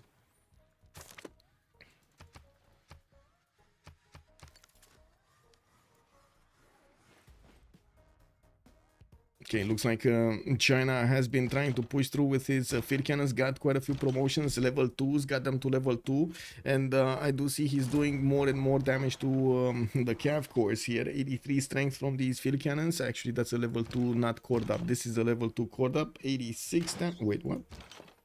83, yeah, just 3 damage extra? What are the promotions on this? Garrison and volley. Oh, that's why he has garrison. This one is Aerostorm, and the first one, yeah, volley and Aerostorm, and this one has the garrison. That's why he's 10 strength lower, 7 strength lower, I mean. Okay, here, Llaneros don't do anything, Cavs don't do anything, they're just watching each other here. We're going to need to see if Gran Colombia is going to manage to defend. I think so. Does look like nothing really bad is going to happen.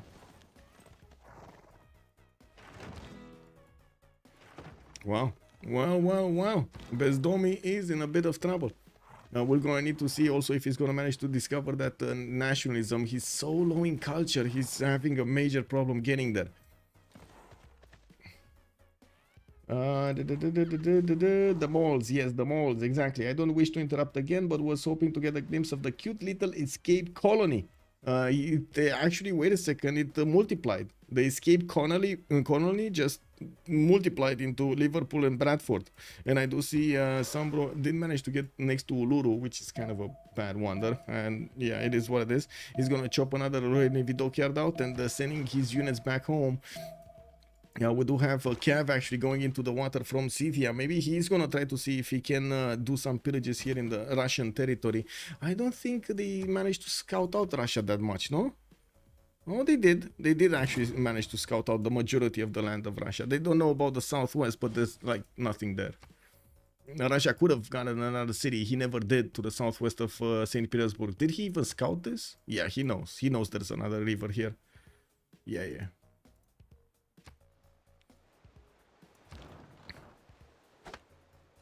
Yeah, it was cute. Yeah, it was cute indeed. Well, China did send a few battleships to help out with the damage against the Macedonian units, to shining these field cannons from afar, while he is getting more cuirassier cores. I'm pretty sure this is in preparation for tanks. He has combustion in 3 turns, and he did manage to get a significant amount of cuirassiers here next to Beijing to transform into tanks. Now we do have the switch to the production of artillery, so he can actually do the damage against cities' defenses as well as units.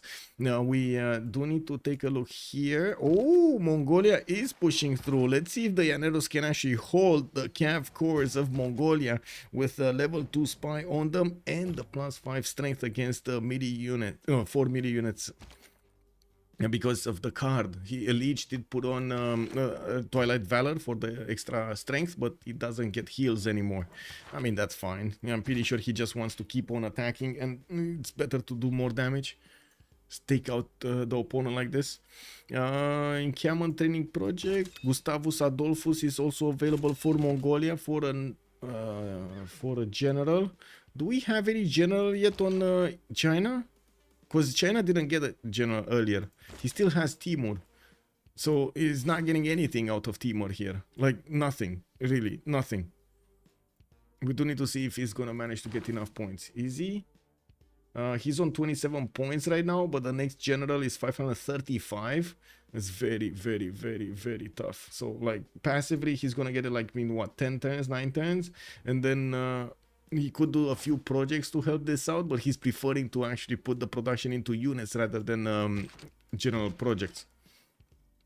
Minted coin also. A question about mechanics. For each tourism tourist, you need to get 150 times the number of players in a game where there are casters. You need 10 tourism from each tourist. I think so. You do the casters. Well, there was a discussion about this, but I don't think they ever actually fixed this. There was a discussion at some point about this, how if the casters how to say, change the numbers on this, make it harder, and yes, the answer is yes, they do make it harder. But that is kind of understood by the players, and the players are how to say, just taking that into account to have, and they do know they will need more tourism than normal. But it's not 150 times, well, I guess it is times 10 because there are 2 observers right now, yes. There was a discussion about BBG's changing this, but I don't think they ever changed it. I don't think they ever took out from the equation the spectator slots. I don't know exactly, so yeah. What can I say? Good evening, everybody. Whoa. Whoa, whoa, whoa. Clicked on the wrong button over here. Click W. I saw a comment on YouTube and I was like, click, click, click. Yeah, quickly, quickly. So I was clicking. Yeah, it is what it is. Hey, we're 3 likes away from getting to the 50. Ah, we're getting to the magical 50 on YouTube. Yay, yay, yay. Also, Baxter was saying Warrior Monks scale with Tex and Civ6 unlocked. Honestly, I can't really speak that much about Warrior Monks. You can take a look at the descriptions. Receive all component bonus of many units except bonus versus artillery. Receive bonuses from general. Has scaling cost that depends on advancements through the tech and Civ6. So there we go. That's the that is what it is. Also has unique ability, battle meditation, +1 combat strength for every research civic up to and including the industrial era. Oh my god, that's gonna be so many. There's so much. Battle meditation would be like the fourth one or something, right? It should be like the last one, because that feels like it's gonna turn into a tank. Does he even have level 1 warrior monks? Because I only see like one and it doesn't have a level 1. It doesn't have anything actually.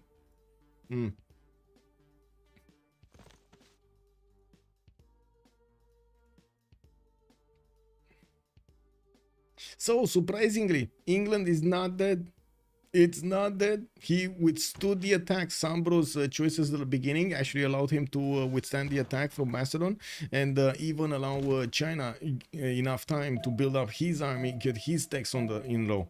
And while yes, we do have Liege keeping up the pressure on Gran Colombia, we do need to see if Gran Colombia with his own field cannons and the Llaneros is going to manage to withstand this. Has definitely a few promotions here and quite a bit of heals, not to mention Governor Victor allowing him to defend with a bit more strength. Actually, I'm curious if he has the +3. Okay, he just got that. Yes, he does have the garrison commander +3.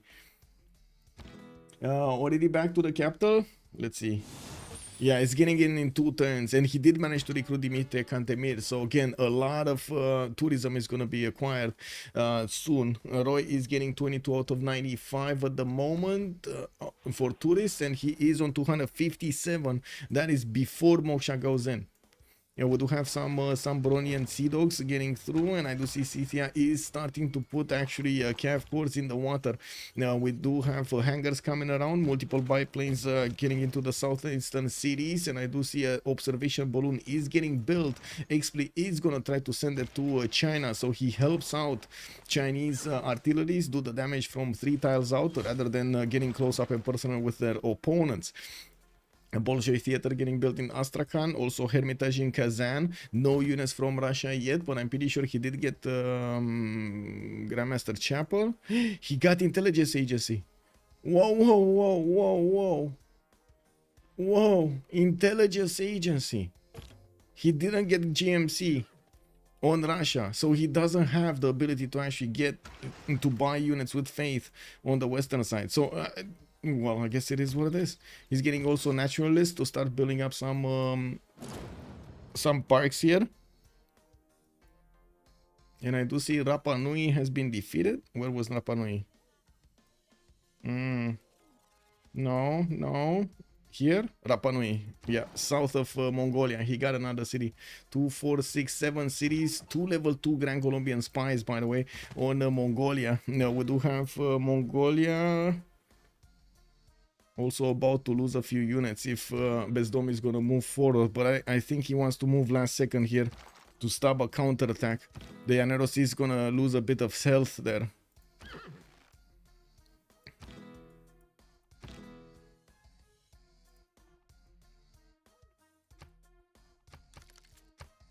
Okay, by the way, the tanks next turn for Distoria. He did manage to pre-build 1, 2, 3, 4, 5 tanks, 5 tank cores, and I do notice on the front line he has another 3 that he could just bring back and upgrade when the first ones are gonna switch around with them. We'll need to see how fast he's gonna get these artilleries on the front line as well, since he did finish all of his infrastructure for the roads. You see, the majority of this land is actually filled with roads, so he can pass the army, move the army very quickly, and he's also completing the roads with the military engineer. Can you show stats? Yes, sir. There we go. Monk Maximus combat strength is like the Muskeman, 55. Okay. But that's, I was talking about the promotion warrior monk, not the other one, no? Oh, no, it is here. Okay, never mind. It is showing up here. Battle meditation, +1 combat strength for every research civic, up to and blah blah blah. And +1 movement from Great General, +5 combat strength from the Great General. It's 68 attack strength on the warrior monk defense. That is 79. 79. He's getting what? 12? No, that's support bonus. He's getting 12 support bonus. Okay. Well, tanks have been promoted here. We do have China managing to do the overwhelming damage against the Macedonian units, and he has been slowly chewing and getting experience on his field cannons. Now it should be the moment he's starting to push. We do have also Mongolia being pushed back here from being too close to the Grand Colombian borders, while I do notice the field cannons of Grand Colombia with the Aerostorm and Volley promotions are doing massive amounts of damage to any unit coming close to that city center. We do need to see if more gold and more production is going to be available for Grand Colombia to finish this off. It does seem like at the moment it's not really happening. He's having a hard time upgrading his units here and building new ones. We do have also Egypt trying to get an entertainment complex, got to 16 pop in the capital, building up his banks for the gold per turn.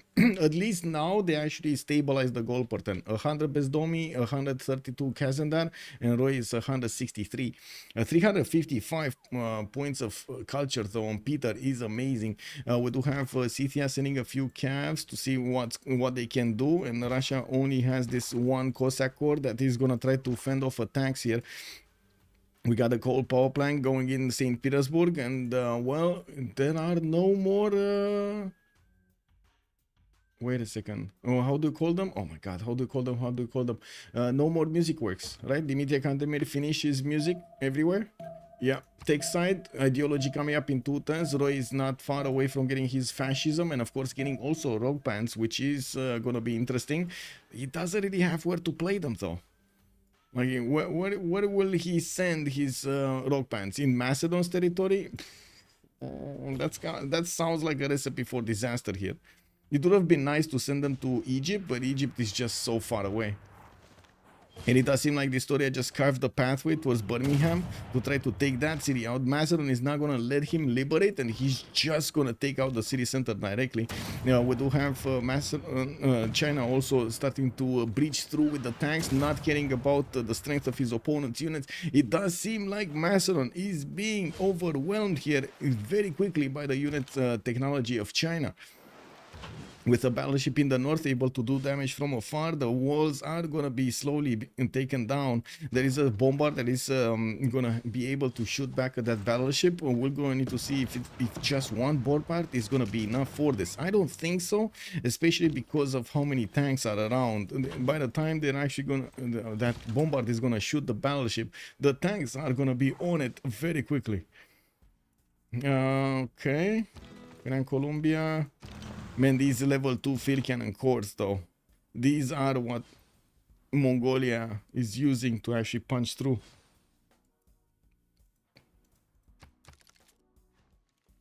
Okay, industrial zone in China doing 2.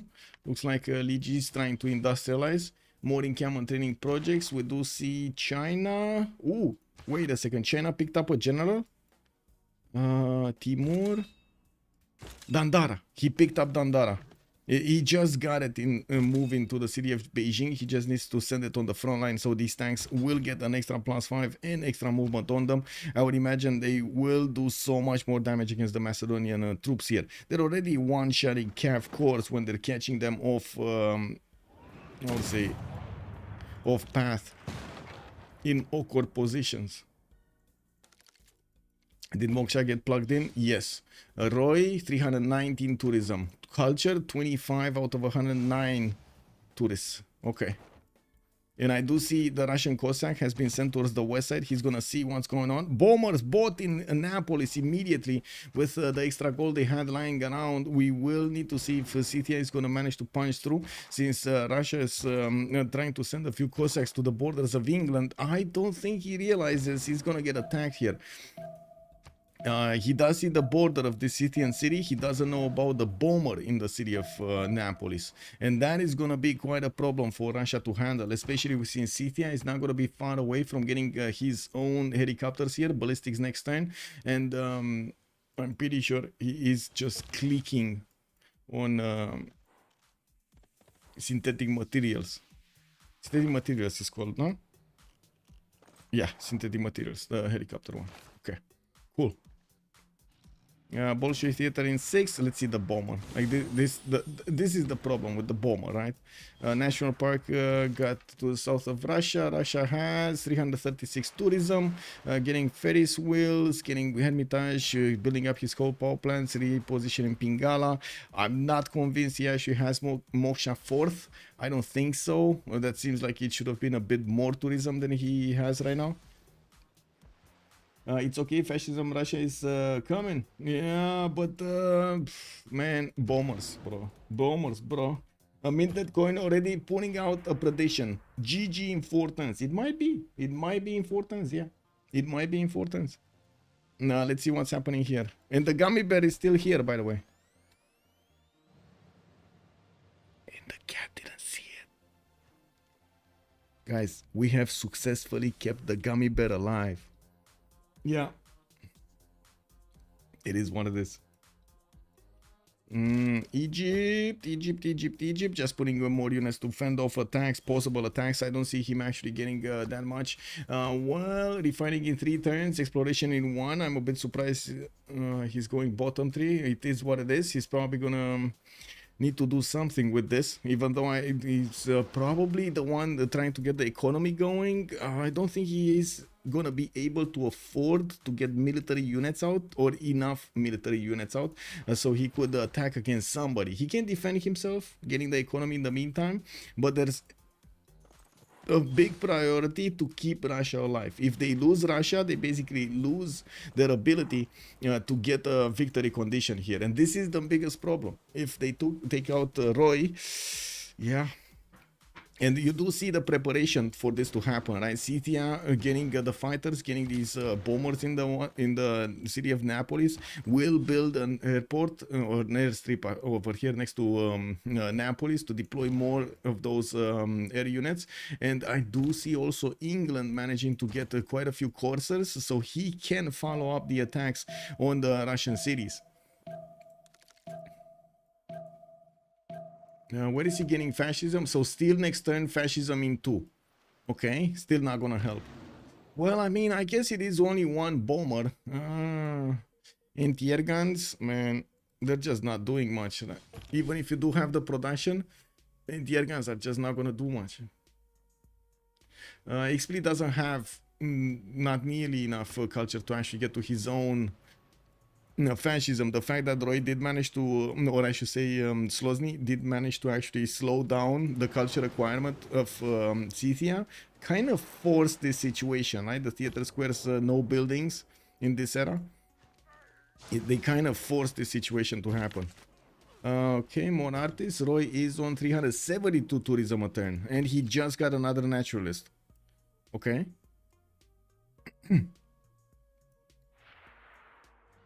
Wow, somebody's fighting somebody. Tanks of China punching through the Macedonian defenses. They are gonna go directly. Check this out. He's not even gonna care.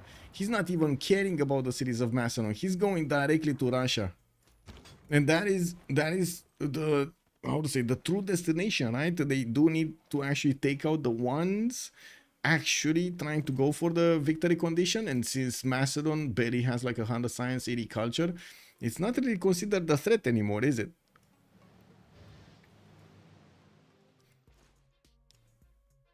But I do have to say, only 1, 2, 3 tanks are being deployed to the south. More are coming in.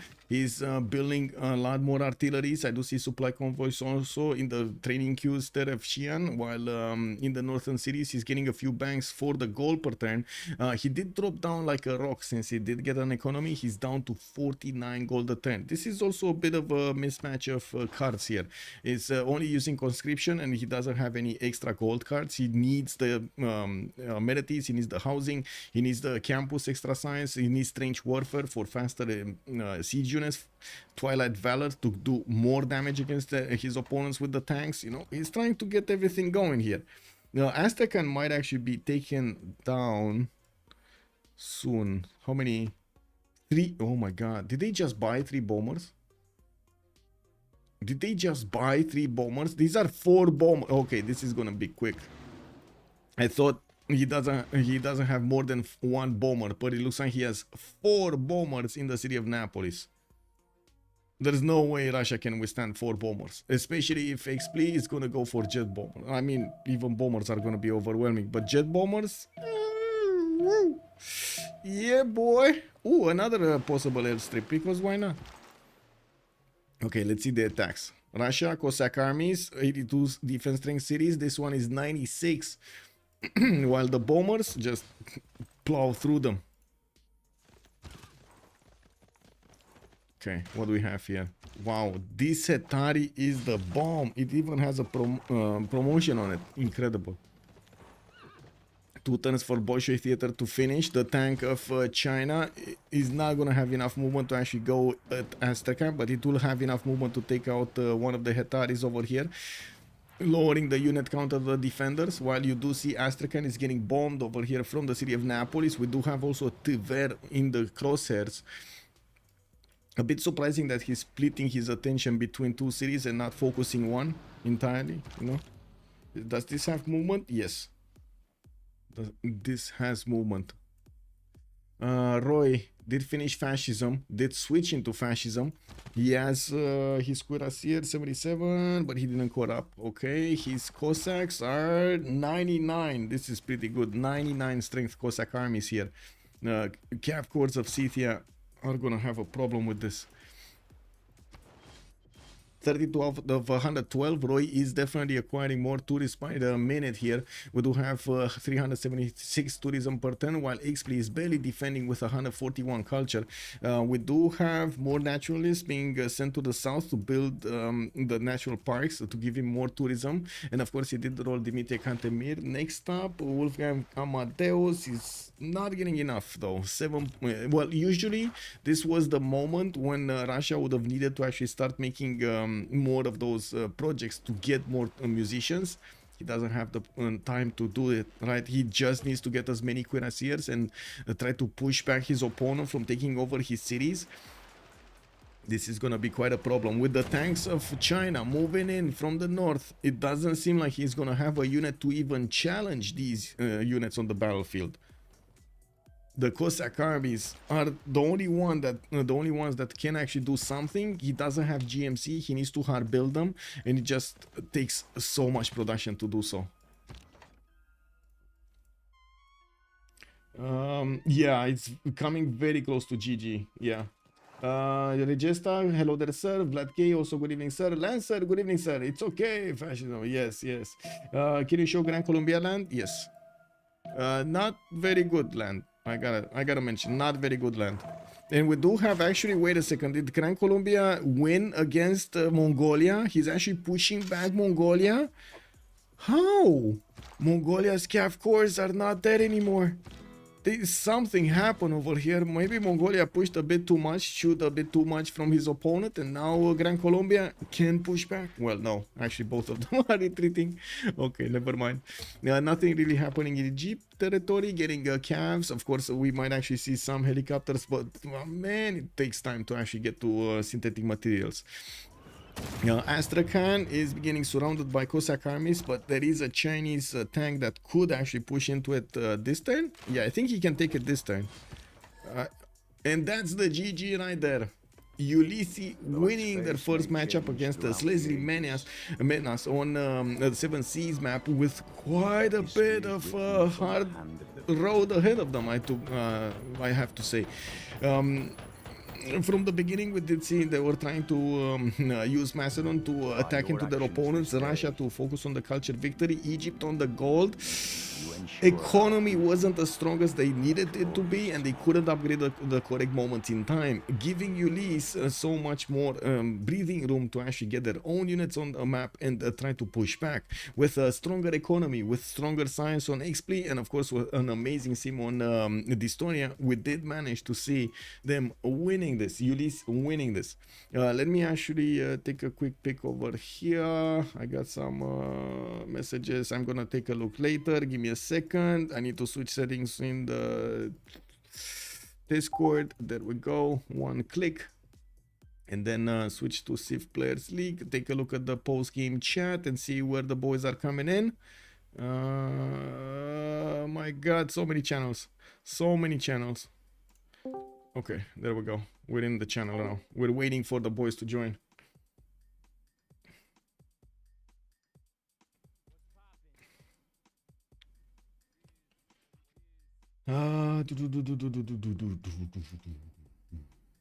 Hey, we're 2 likes away from getting to 50, the magical 50 on YouTube. If you didn't like it, please like it right now. Of course, if you do like the content, and of course, leave a subscribe. GG, well played. Let's actually finish the prediction because I'm gonna forget afterwards. 70. Let's see if they're joining. GG. Oh, they're joining. Oh, GG, well played. Thank you. We were a little bit worried there when you just threw Sambro at the wolves over there, just letting him feel the sting of Macedon. It's okay. It's okay, he can take it, no? He can take it. What was your thoughts, Sambro? Oh, Ulyss, how's you doing, man? Nice Eve. Man, Birmingham was Yes, basically guys. production city for Macedon. Yeah. I tried to get defensor of face, but Russia take it first, so. Yeah. Why did you go for a holy set and not in Camon to try to get a general? I think I can get general with Bulai and Macedon Mhm. if I go Arbor first. So I tried to get religion like Defender I don't maybe, know, but I- yeah, no defender. Or, what Yeah. I take, but yes. So Yeah. my plan is to death with Victor and defender, and maybe I can hold. And I wanted to take Crusader, but someone stole me. Yeah. Yeah, he tried. He tried. What can you do? Yes. Was it how's it going? So, guy, I have one question for you. GG, by the way, Roy. GG, and guys. Dave. Yeah, well GG. played. Well played. Why did you not pick a naval sieve? Why is this land sieve? Why is this Ooga Booga sieve on this map? What do you mean you picked 3 Ooga Booga thieves? as Yeah, well? we picked Sitia Kubilai Yeah, after they pick Egypt. It's okay. We saw that you picked like 3 semi-war chiefs or war Okay. chiefs, and we picked a chief that can defend easily. Besides Okay. maybe Egypt. Why did you first pick Egypt? That was And my why, question. We just and why did you yeah. last pick Russia? Yeah, we just don't know which chief is like a good first pick. And the Egypt can high roll with good Etemenanki, I guess. That's why it's pretty unique chief. We could pick Shumer, I don't know. I don't see a good first pick after bans. And we picked Russia because of we wanted to do a culture win. And I think it's a good chief. Okay. But we have a rough time making gold. Yes, Like, of course. yeah. It was a mistake from our side. We could set up a good trading, but we didn't do that. I don't think it's a chief problem.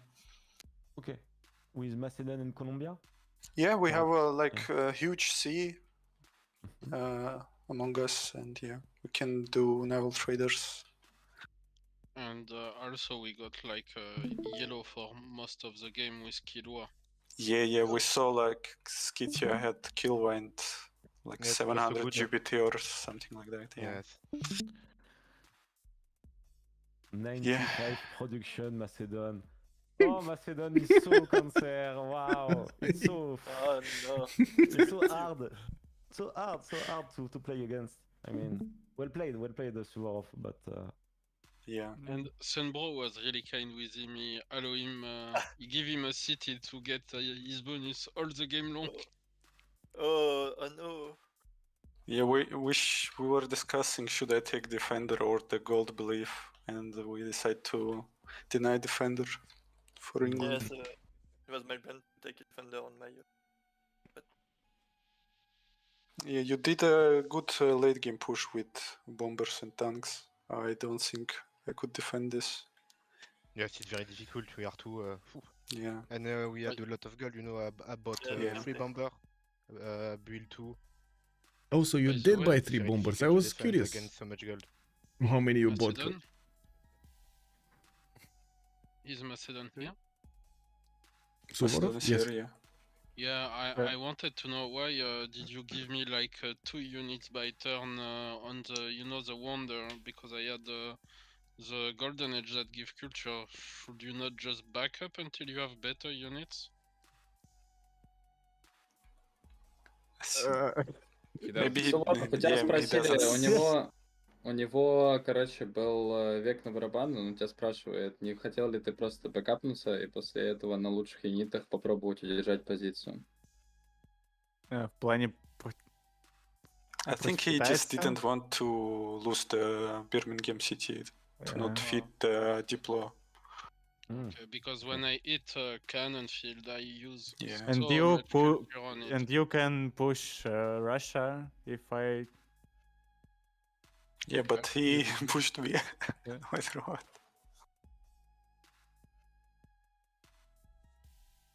Anyway, GG guys. Yeah, GG. GG, well played. Yep. Have a good evening and thank you so much for allowing me to stream. Yeah, thank you for cast. Have a good one. And Bye bye. Thank you for the cast. Thanks. Well, there we go. We did hear from both teams asking their questions during the game. Leech was definitely, how to say, looking for more damage there. Couldn't do it against Gran Colombia. Tried to get that crusade, couldn't nail it. He did need to go just with the vacation. It is what it is. And we did see also how Macedon did get its power spike, but couldn't actually manage to take down England altogether. The Science did a save over their England, the choke points, and also the help from China from the north. We did see the lack of gold and the commentary from the boys from Slozhnii. They were saying that they could have set up their coastal trade routes, but they kind of didn't, and that actually hurt them, I think, quite a bit. They should have definitely needed to get that Reina in coastal cities, get the trade routes going between Gran Colombia and the Macedon, and they would have had the goal to upgrade a lot earlier, a lot more units.